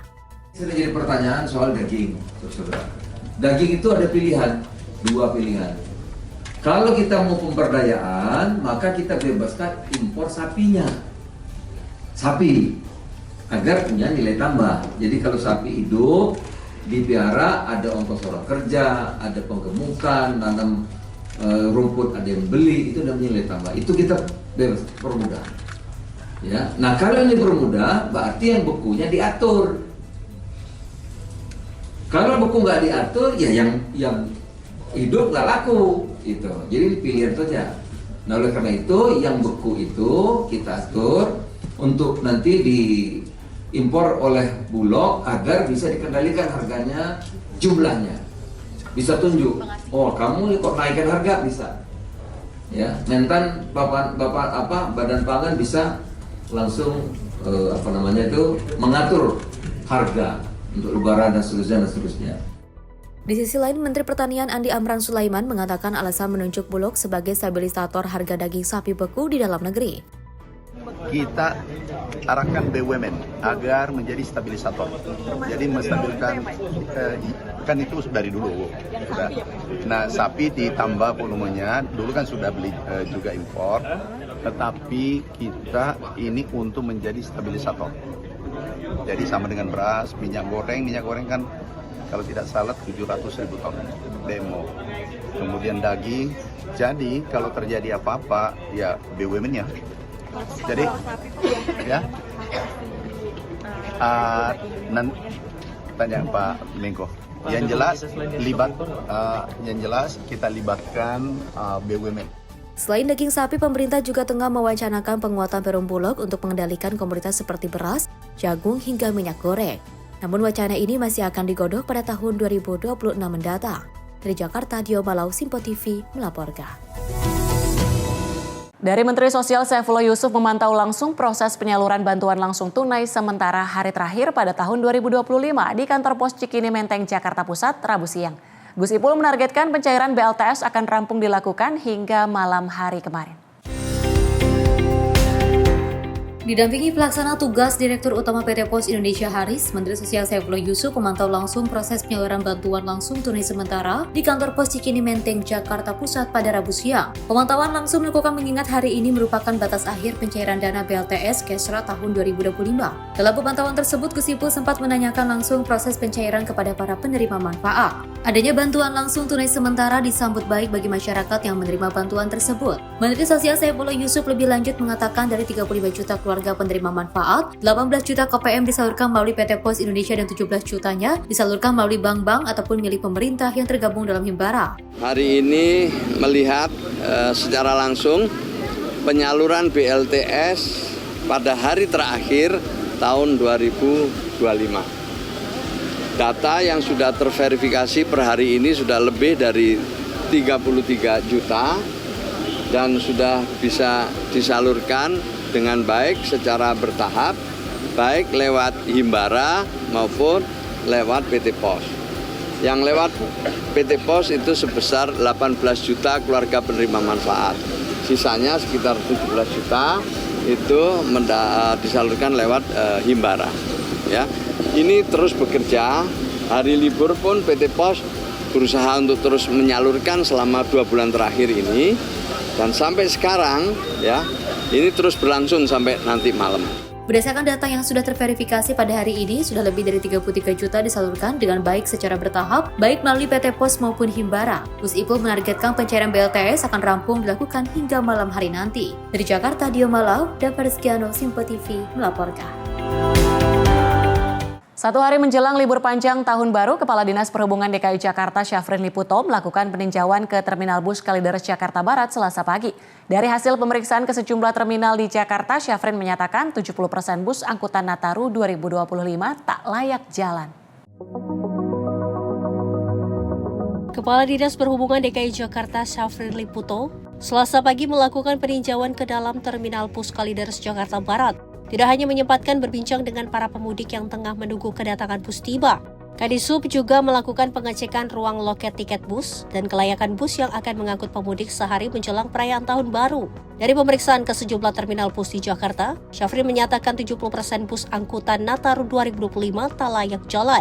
Pihaknya pun telah berkoordinasi dengan perusahaan otobus untuk segera melakukan perbaikan hingga mengganti bus yang tak layak jalan tersebut sebelum memberangkatkan pemudik ke kampung halaman. Warga yang nantinya akan mudik ataupun pulang kampung setelah melakukan liburan panjang di Jakarta itu mendapatkan layanan angkutan umum yang berkeselamatan, aman, nyaman, sehingga perjalanan mereka ke kampung, apakah itu yang mudik ataupun yang pulang kampung, itu tetap baik dan selamat. Sementara itu, meski harga tiket bus dengan rute sejumlah kota favorit di Jawa Tengah mengalami kenaikan 100%, namun tak menyurutkan animo pemudik untuk tetap pulang ke kampung halaman demi merayakan malam pergantian Tahun Baru nanti bersama keluarga. Ya, mau pulang kampung. Ke daerah mana, Pak? Di daerah Tegal. Pak, untuk harga tiket sendiri mengalami kenaikan nggak, Pak? Naik. Naiknya berapa persen, Pak? Nggak banyak sih. Atau dari berapa ke berapa biasanya? Dari 20 ke 40. 120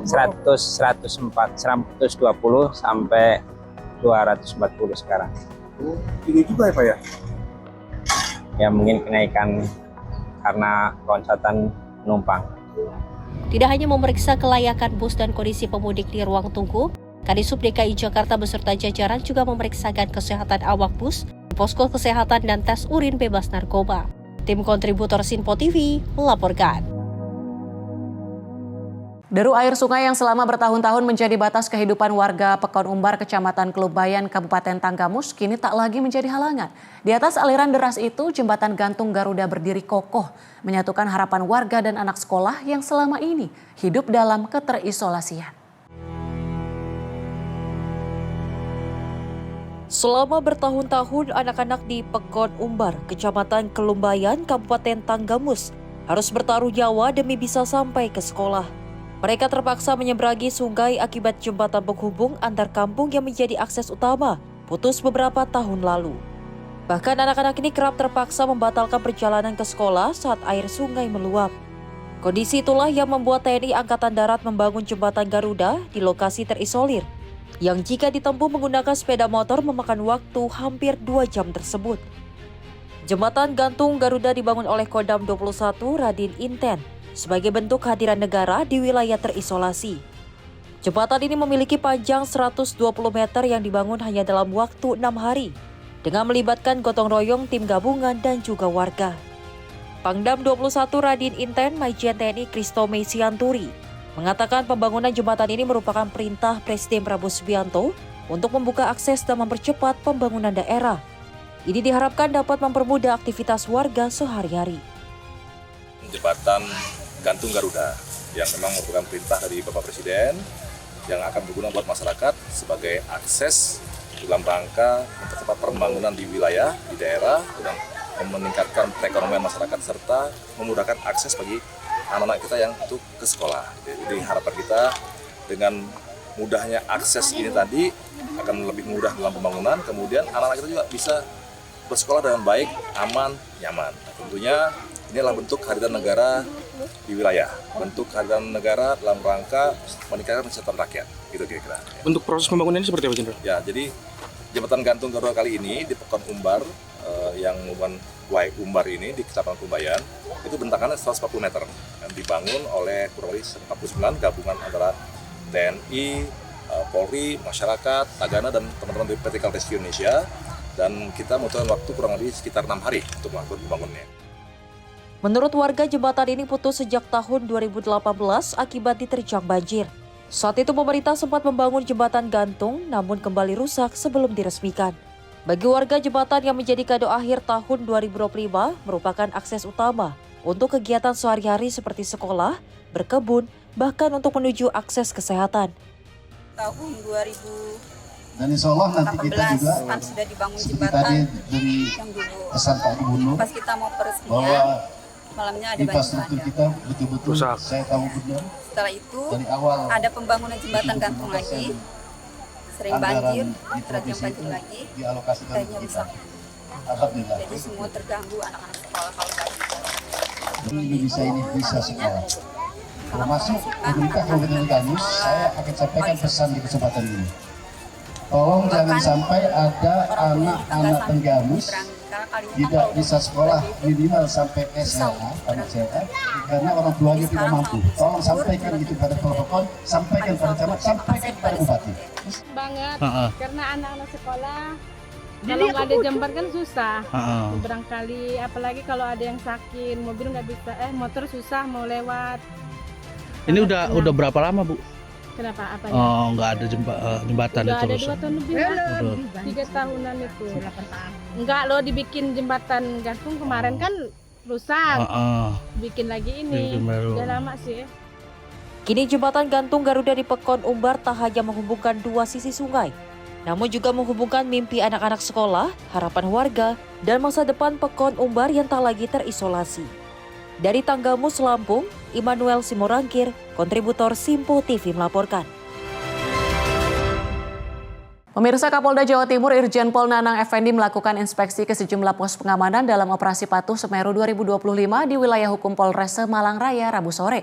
Inspeksi dilakukan sebagai antisipasi kerawanan lalu lintas selama arus libur akhir tahun. Dalam kunjungannya, Kapolda didampingi oleh Direktur Lalu Lintas Kombes Pol Iwan Saktiadi. Mereka mengecek kesiapan personil, kelengkapan alat, dan prosedur operasi standar atau pos di exit tol Karanglo, Kabupaten Malang, pertigaan Batos Kota Batu, dan pos terpadu Ijen Kota Malang. Personil yang bertugas dinilai profesional dan memahami tugasnya. Menurut Kapolda, operasi ini bertujuan menjamin kelancaran dan keamanan lalu lintas saat arus balik Nataru yang diprediksi terjadi besok. Kapolda meminta pengguna kendaraan darat terutama pribadi dan barang agar istirahat ketika lelah berkendara, karena manusia memiliki titik lelah yang bisa berakibat fatal bila diabaikan. Keluarga, pastikan bahwa keluarga yang kita ajak harus selamat, baik mulai berangkat sampai tujuan ataupun kembalinya.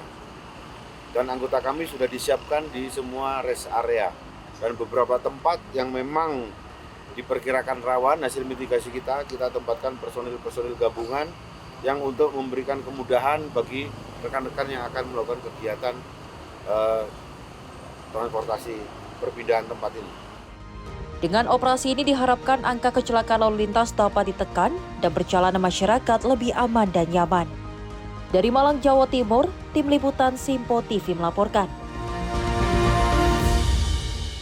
Kepolisian Negara Republik Indonesia atau Polri menggelar rilis akhir tahun 2025 yang digelar di Markas Besar Polri Jakarta Selatan pada 30 Desember 2025. Konferensi pers dipimpin langsung oleh Kepala Kepolisian RI Jenderal Listio Sigit Prabowo yang memaparkan capaian kinerja 2025 di seluruh satuan fungsi Polri, baik tingkat nasional dan internasional.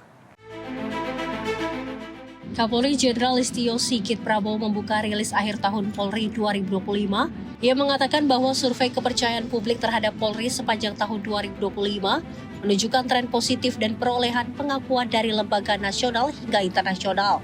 Hasil survei Litbang Kompas November 2025, Polri menempati peringkat pertama pada kategori lembaga penegak hukum paling dipercaya masyarakat yakni 78,2%. Sementara penilaian internasional Indonesia peroleh skor 89 pada Law and Order Index. Hasil survei di Global Safety Report yang dirilis di Gallup pada 2025 menunjukkan hasil akurat tingkat rasa aman dan kepercayaan masyarakat terhadap penegak hukum. Tidak hanya itu, dalam indikator Safety Walk Alone at Night, Indonesia capai 83% rasa aman berjalan di malam hari sehingga menempatkan Indonesia pada peringkat 25 dari 144 negara. Capaian tersebut harus dijadikan motivasi kepolisian untuk terus melakukan perbaikan yang lebih profesional dan akuntabel dalam pelindungan, pengayoman, dan pelayanan masyarakat. Ada hasil survei dari Global Safety Report yang dirilis Gallup tahun 2025. Indonesia mencapai skor 89 pada Law and Order Index yang menetapkan Indonesia pada peringkat ke-19 dari 144 negara. Indeks ini mengukur tingkat rasa aman masyarakat serta kepercayaan terhadap penegak hukum. Selain itu, dalam indikator Safe Walk Alone at Night, sebanyak 83% responden di Indonesia menyatakan merasa aman berjalan di malam hari, sehingga menempatkan Indonesia pada peringkat ke-25 dari 144 negara. Data ini menunjukkan bahwa tingkat keamanan di Indonesia berada dalam kondisi yang baik dan dirasakan langsung oleh masyarakat. Beberapa waktu yang lalu, hasil survei Litbang Kompas yang dirilis pada November 2025 semakin menguatkan kepercayaan publik terhadap Polri di tengah dinamika yang ada. Dalam survei tersebut, Polri masuk dalam 3 besar lembaga negara paling dipercaya oleh masyarakat. Dari Jakarta, Fani Azizul Hakim, Simpo TV melaporkan. Kita ke informasi peristiwa pemirsa. Setelah dilakukan pemeriksaan secara bertahap, penyidik Satreskrim Polrestabes Medan akhirnya menetapkan pelajar sekolah dasar inisial AL sebagai anak berhadapan dengan hukum atau ABH dalam kasus pembunuhan ibu kandungnya inisial FS alias Ayu.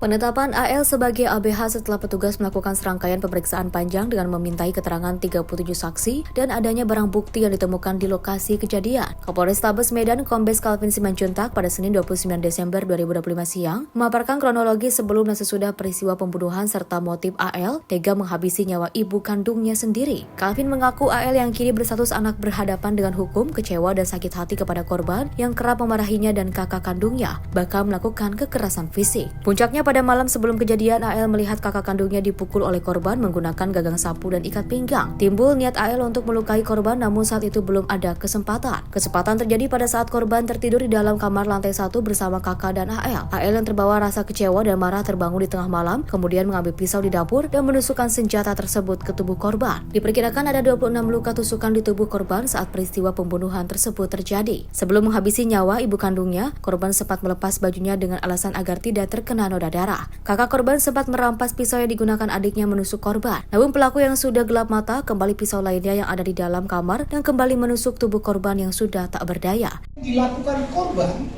terhadap kakak, adik, dan bapaknya yang diancam menggunakan pisau. Ini dilihat oleh si adik. Kemudian melihat kakaknya, maksudnya adik melihat kakaknya yang dipukuli oleh korban menggunakan sapu dan tali pinggang. Ini adalah akibatnya bagian kaki kakak yang diambil tanggal 23 November oleh teman kakaknya yang berada di sekolah. Kejadian pemukulan ini terjadi di tanggal 22 November, namun pada saat diambil foto ini diambil pada saat tanggal 23 November dengan menggunakan pisau. Pernah mengancam ketiganya dengan menggunakan pisau. Kakak sering dimarahi, dimaki, dipukul menggunakan sapu dan tali pinggang. Nanti ada gambarnya. Kemudian adik sering dimarahi dan dicubit. Adik terlintas berpikir untuk melukai korban, tetapi tidak ada kesempatan. Kemudian dari adik ABH, adik tiba-tiba terbangun dan memandangi korban yang tidur di sampingnya semakin menimbulkan rasa marah. Adik mengambil pisau, membuka bajunya dan melukai korban. Ditanyakan kepada adik, kenapa baju dibuka? Dengan alasan supaya tidak terkena apabila ada perlukaan-perlukaan yang ada yang menodai bajunya. Kemudian kakak terbangun dan merampas pisau, lalu membuangnya di dalam kamar sehingga adik mengambil pisau kecil, pisau kedua yang posisinya ada di dapur.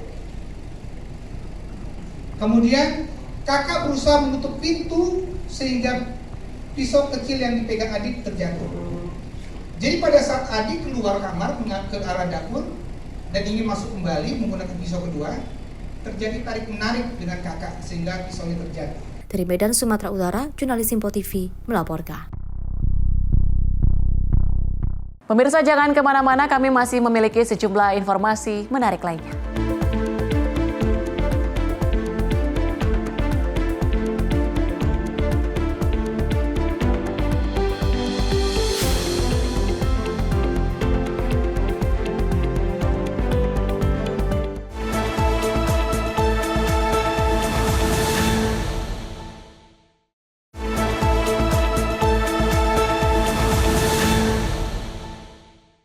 Anda kembali menyaksikan Menyapa Indonesia Pagi dan informasi kami lanjutkan. Militer China kembali menggelar latihan tempur bersama di sekitar Taiwan memasuki hari kedua. Beijing menyebut latihan ini sebagai peringatan tegas bagi kekuatan pemisah serta campur tangan pihak luar. Pada Selasa waktu setempat, China mengerahkan unit udara Angkatan Laut dan pasukan rudal.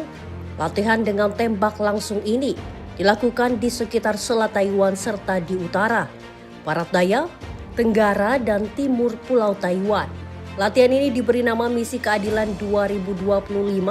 Otoritas Taiwan menyatakan pasukan keamanan telah ditempatkan dalam kondisi siaga dan menggelar latihan respon cepat. Kementerian Pertahanan Taiwan menyebut latihan militer Cina menegaskan sikap agresif Beijing dan menjadikannya sebagai perusak utama perdamaian regional. Otoritas penerbangan Taiwan juga melaporkan lebih dari 100.000 penumpang internasional terdampak pembatalan dan pengalihan penerbangan. Latihan ini digelar setelah China mengecam keras rencana penjualan senjata Amerika Serikat ke Taiwan yang disebut berensi menjadi yang terbesar sepanjang sejarah. Beijing juga marah atas pernyataan Perdana Menteri Jepang yang menyebut militer Jepang dapat terlibat jika China menindak Taiwan. Meski tidak menyebut langsung Amerika Serikat dan Jepang, Kementerian Luar Negeri China menuduh partai berkuasa di Taiwan mencari kemerdekaan dengan meminta dukungan Amerika Serikat.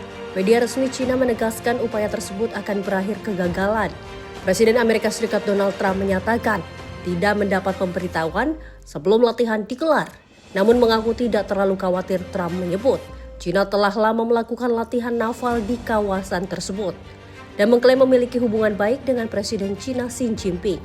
China dan Taiwan telah diperintah secara terpisah sejak Perang Saudara tahun 1949. Meski memiliki pemerintah sendiri, Beijing tetap mengklaim Taiwan sebagai bagian dari wilayah kedaulatannya. Tim redaksi Simpo TV melaporkan. Mantan Perdana Menteri Bangladesh, Khaleda Zia, meninggal dunia pada usia 80 tahun. Kematian Khaleda Zia menandai berakhirnya era panjang persaingan politik yang membentuk sejarah Bangladesh selama beberapa dekade. Partai Nasionalis Bangladesh atau BNP mengkonfirmasi kabar wafatnya Khaleda Zia. Pada Selasa waktu setempat, Khaleda Zia dikenal sebagai perempuan pertama yang terpilih sebagai Perdana Menteri Bangladesh. Namanya melekat dengan persaingan politik panjang melawan Sheikh Hasina, putri tokoh kemerdekaan Bangladesh Sheikh Mujibur Rahman. Khaleda Zia pernah menghadapi sejumlah kasus korupsi yang selalu ia sebut sebagai bermotif politik. Pada Januari 2025, Mahkamah Agung Bangladesh membebaskannya dari kasus korupsi terakhir yang membuka peluang baginya untuk kembali ke panggung politik. Sejak dibebaskan dari penjara karena kondisi kesehatan pada tahun 2020, keluarganya berulang kali meminta izin agar Khaleda Zia dapat berobat ke luar negeri. Namun permintaan itu ditolak oleh pemerintah Sheikh Hasina.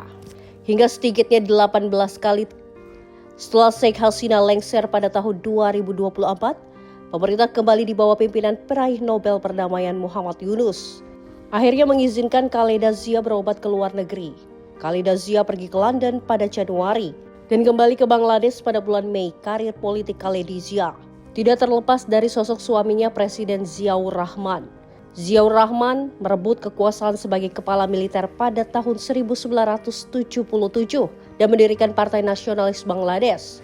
Meski dipuji karena mereka membuka ruang demokrasi, Ziaur Rahman tewas dalam kudeta militer pada tahun 1981. Khaleda Zia kemudian menjadi tokoh sentral gerakan massa yang berhasil menumbangkan diktator militer H.M. Ershad. Pada tahun 1990, namun masa pemerintahannya juga diakhiri kontroversi, termasuk pemilu awal tahun 1996 yang diboikot partai-partai utama. Kebijakan luar negeri Khaleda Zia dikenal memiliki kedekatan dengan Pakistan dan sikap kritis terhadap India. Meninggalnya Khaleda Zia meninggalkan jejak panjang dalam sejarah politik Bangladesh sebagai tokoh perempuan yang berpengaruh dan kontroversial. Tim redaksi Sinpo TV melaporkan. Sebuah bom siklon menghantam wilayah utara Amerika Serikat memicu badai salju parah di kawasan Midwest sebelum diperkirakan bergerak ke pantai timur. Sistem badai yang menguat menerjang dataran tinggi dan kawasan danau besar. Badai membawa angin kencang, salju tebal, serta hujan es dan hujan beku yang membuat kondisi perjalanan sangat berbahaya.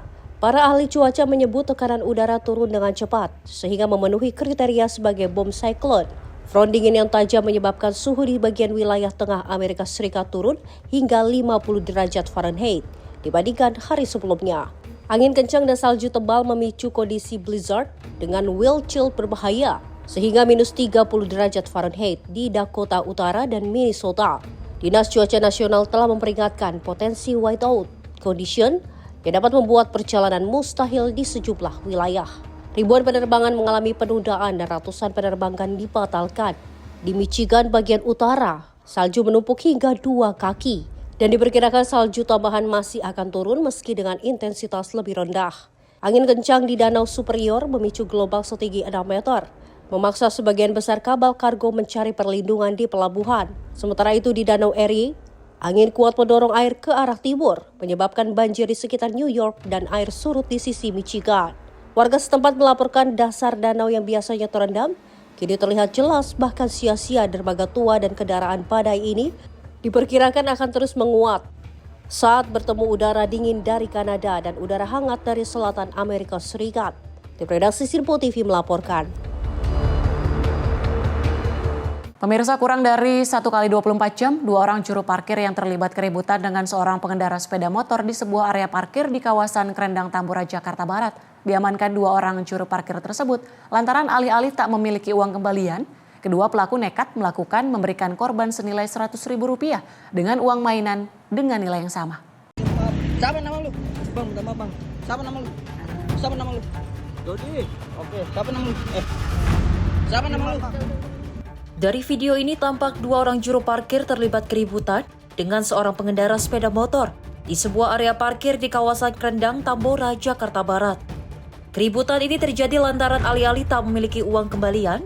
Kedua jukir ini nekat menukarkan uang jasa parkir senilai Rp100.000 yang diberikan korban dengan uang mainan dengan nominal yang sama. Korban yang mengetahui uang Rp100.000 yang diterimanya kembali dari kedua jukir itu ternyata bukanlah uang asli miliknya. Sontak tersulut emosi dan cekcok mulut dengan kedua pelaku sambil merekam kejadian tersebut dengan gawainya. Berbekal video yang viral di jagat maya tersebut, polisi unit reskrim Polsek Tambora bergerak cepat Kurang dari 1 kali 24 jam, kedua jukir berinisial AS usia 28 tahun bersama rekannya SP usia 36 tahun akhirnya langsung ditangkap petugas tak jauh dari lokasi kejadian. Video yang menyita perhatian publik, Polsek Tambora bergerak cepat mengamankan kedua pelaku yang berada di video. Adanya cekcok antara dengan korban perihal pembayaran parkir. Untuk korban sendiri merupakan pengunjung dari klinik di wilayah Kerendang. Saat mengeluarkan motornya memberikan uang 100.000, namun saat dikembalikan ternyata yang diterima adalah uang mainan. Untuk kedua pelaku sendiri kami berhasil amankan di wilayah Tambora kurang dari 1 kali 24 jam dan saat ini sedang melaksanakan pemeriksaan intensif. Motif tukang parkir itu ngasih uang mainan itu apa sih Bang maksudnya Bang? Perihal pemberian merupakan kesalahpahaman, jadi tukang parkir tersebut tidak bisa membaca dan tulis sehingga salah memberi adanya uang mainan. Uang mainan itu punya pribadi atau dapat dari mana? Ya, untuk uang mainan sendiri sedang kita dalami pelaku mendapatkan dari mana. Sementara itu di hadapan polisi, salah satu pelaku berdalih aksi tukar uang asli korban senilai Rp100.000 dengan uang mainan tersebut. Karena dirinya tak mengetahui uang yang ditukarnya tersebut merupakan mainan, dengan alasan dirinya tidak bisa membaca dan menulis. Hingga kini kedua juru parkir tersebut masih menjalani pemeriksaan intensif di Mapolsek Tambora. Tim kontributor Simpo TV melaporkan. Diduga karena tersinggung dengan masalah pembagian harta warisan, seorang pria tega menikam pamannya menggunakan tombak di Goa, Sulawesi Selatan. Akibatnya korban mengalami 2 luka tusukan di dada dan kaki. Aksi penikaman tersebut terekam oleh kamera ponsel warga.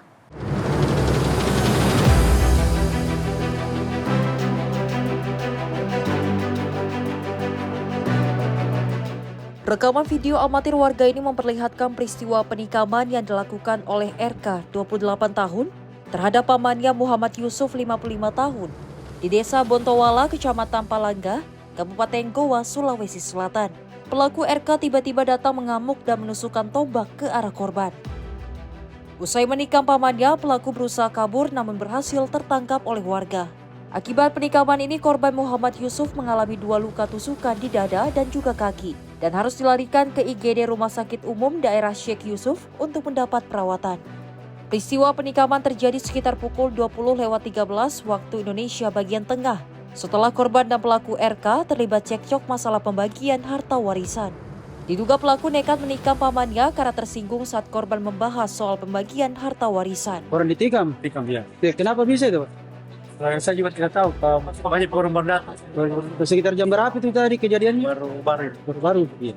Terus ini korban sekarang dibawa kemana? Dibawa ke rumah sakit. Polisi yang menerima laporan warga langsung ke lokasi dan mengamankan pelaku dari aksi main hakim warga. Awalnya kami menerima laporan dari masyarakat bahwasannya terjadi penikaman terhadap salah satu seorang warga dengan inisial Y, 55 tahun di Desa Taeng. Saat ini korban sudah menjalani rawat di Rumah Sakit Sheikh Yusuf. Saat ini motif masih kami dalami, sementara itu masalah tersinggung atas perkataan dari korban. Untuk pelaku saat ini juga sudah kami amankan di Polres Goa. Guna proses hukum, pelaku penikaman langsung menjalani pemeriksaan di ruang Satreskrim Polres Goa, Sulawesi Selatan. Polisi juga menyita tombak yang digunakan pelaku menusuk korban sebagai barang bukti. Dari Kabupaten Goa, Sulawesi Selatan, jurnalis Simpo TV melaporkan.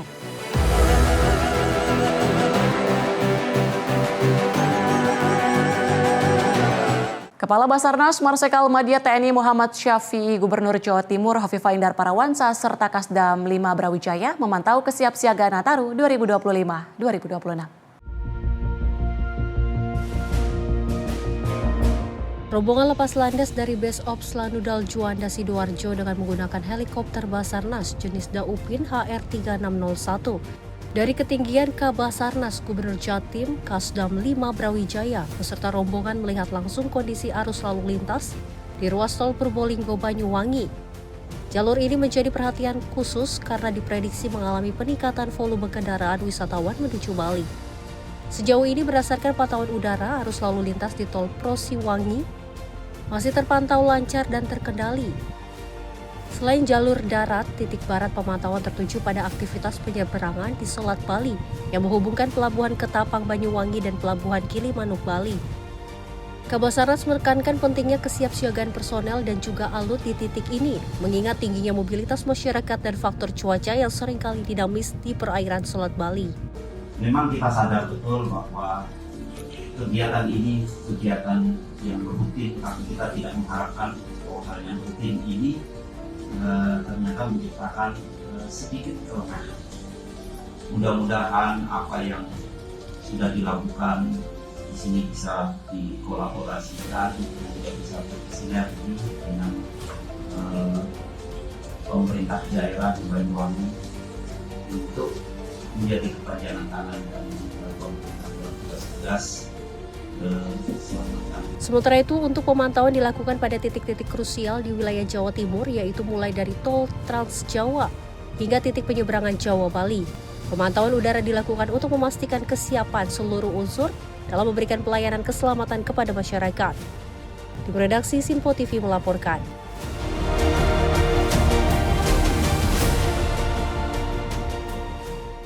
Pemirsa, 2 helikopter bertabrakan di udara di negara bagian New Jersey. Insiden ini menyebabkan 1 orang tewas dan 1 orang lain mengalami luka kritis. Kecelakaan terjadi pada Minggu pagi di sekitar Bandara Municipal Hammonton. Kepala Kepolisian Hammonton Kevin Friel menyatakan petugas darurat menerima laporan kecelakaan penerbangan sekitar pukul 11.25 waktu setempat. Rekaman video dari lokasi kejadian menunjukkan salah satu helikopter berputar cepat sebelum jatuh ke tanah. Api sempat melalap salah satu helikopter dan berhasil dipadamkan oleh petugas kepolisian dan pemadam kebakaran. Badan Penerbangan Federal Amerika Serikat menyebut kecelakaan ini sebagai tabrakan di udara. Insiden melibatkan 2 helikopter jenis Aerostrom F-28A dan Aerostrom 280C. Masing-masing helikopter hanya ditumpangi oleh seorang pilot. 1 pilot dinyatakan tewas di lokasi, sedangkan pilot lainnya dibawa ke rumah sakit. Dalam kondisi mengancam jiwa, pemilik kafe di sekitar lokasi mengatakan kedua pilot merupakan pelanggan tetap dan sering sarapan bersama sebelum terbang. Warga setempat yang menyaksikan kejadian tersebut mendengar suara keras. Sebelum kedua helikopter kehilangan kendali dan jatuh, Badan Keselamatan Transportasi Nasional bersama FAA akan melakukan penyelidikan menyeluruh. Penyelidik akan meneliti komunikasi antar pilot serta kemungkinan kegagalan prosedur melihat dan menghindari di udara. Meski saat kejadian cuaca berawan, angin dilaporkan ringan dan jarak pandang dalam kondisi baik. Tim redaksi Simpo TV melaporkan. 2 orang terduga pelaku pencurian sepeda motor diamankan warga di Kebon Baru, Semper Barat, Cilincing, Jakarta Utara pada Minggu malam 28 Desember 2025. Kedua pelaku dipergoki saat akan melakukan aksi curanmor di salah satu rumah warga. Aksi pencurian sepeda motor berhasil digagalkan warga Kebon Baru, Semper Barat, Cilincing, Jakarta Utara pada Minggu malam 28 Desember 2025. 2 orang terduga pelaku pencurian tertangkap tangan merusak kunci kontak sepeda motor Honda Beat yang terparkir di garasi rumah warga di RT 05 RW 10 Semper Barat. Keduanya kemudian diamankan warga setelah sebelumnya berusaha melarikan diri namun gagal. Dari hasil penggeledahan, warga menemukan barang bukti berupa 1 pucuk senjata airgun, sebilah badik, serta kunci letter T yang diduga digunakan saat beraksi. Saat diinterogasi, kedua terduga pelaku mengaku berdomisili di kawasan Mahoni, Koja, Jakarta Utara. Selanjutnya, kedua terduga pelaku diserahkan ke kantor Polsek Cilincing untuk proses hukum lebih lanjut dan pengembangan kasus. Ulia Haifanisa, tim redaksi Simpo TV melaporkan. Dan pemirsa, informasi tadi sekaligus menutup jumpa kita di Menyapa Indonesia pagi kali ini. Saya Tiara Dianti, mewakili seluruh kerabat kerja yang bertugas, pamit undur diri. Terima kasih dan sampai jumpa.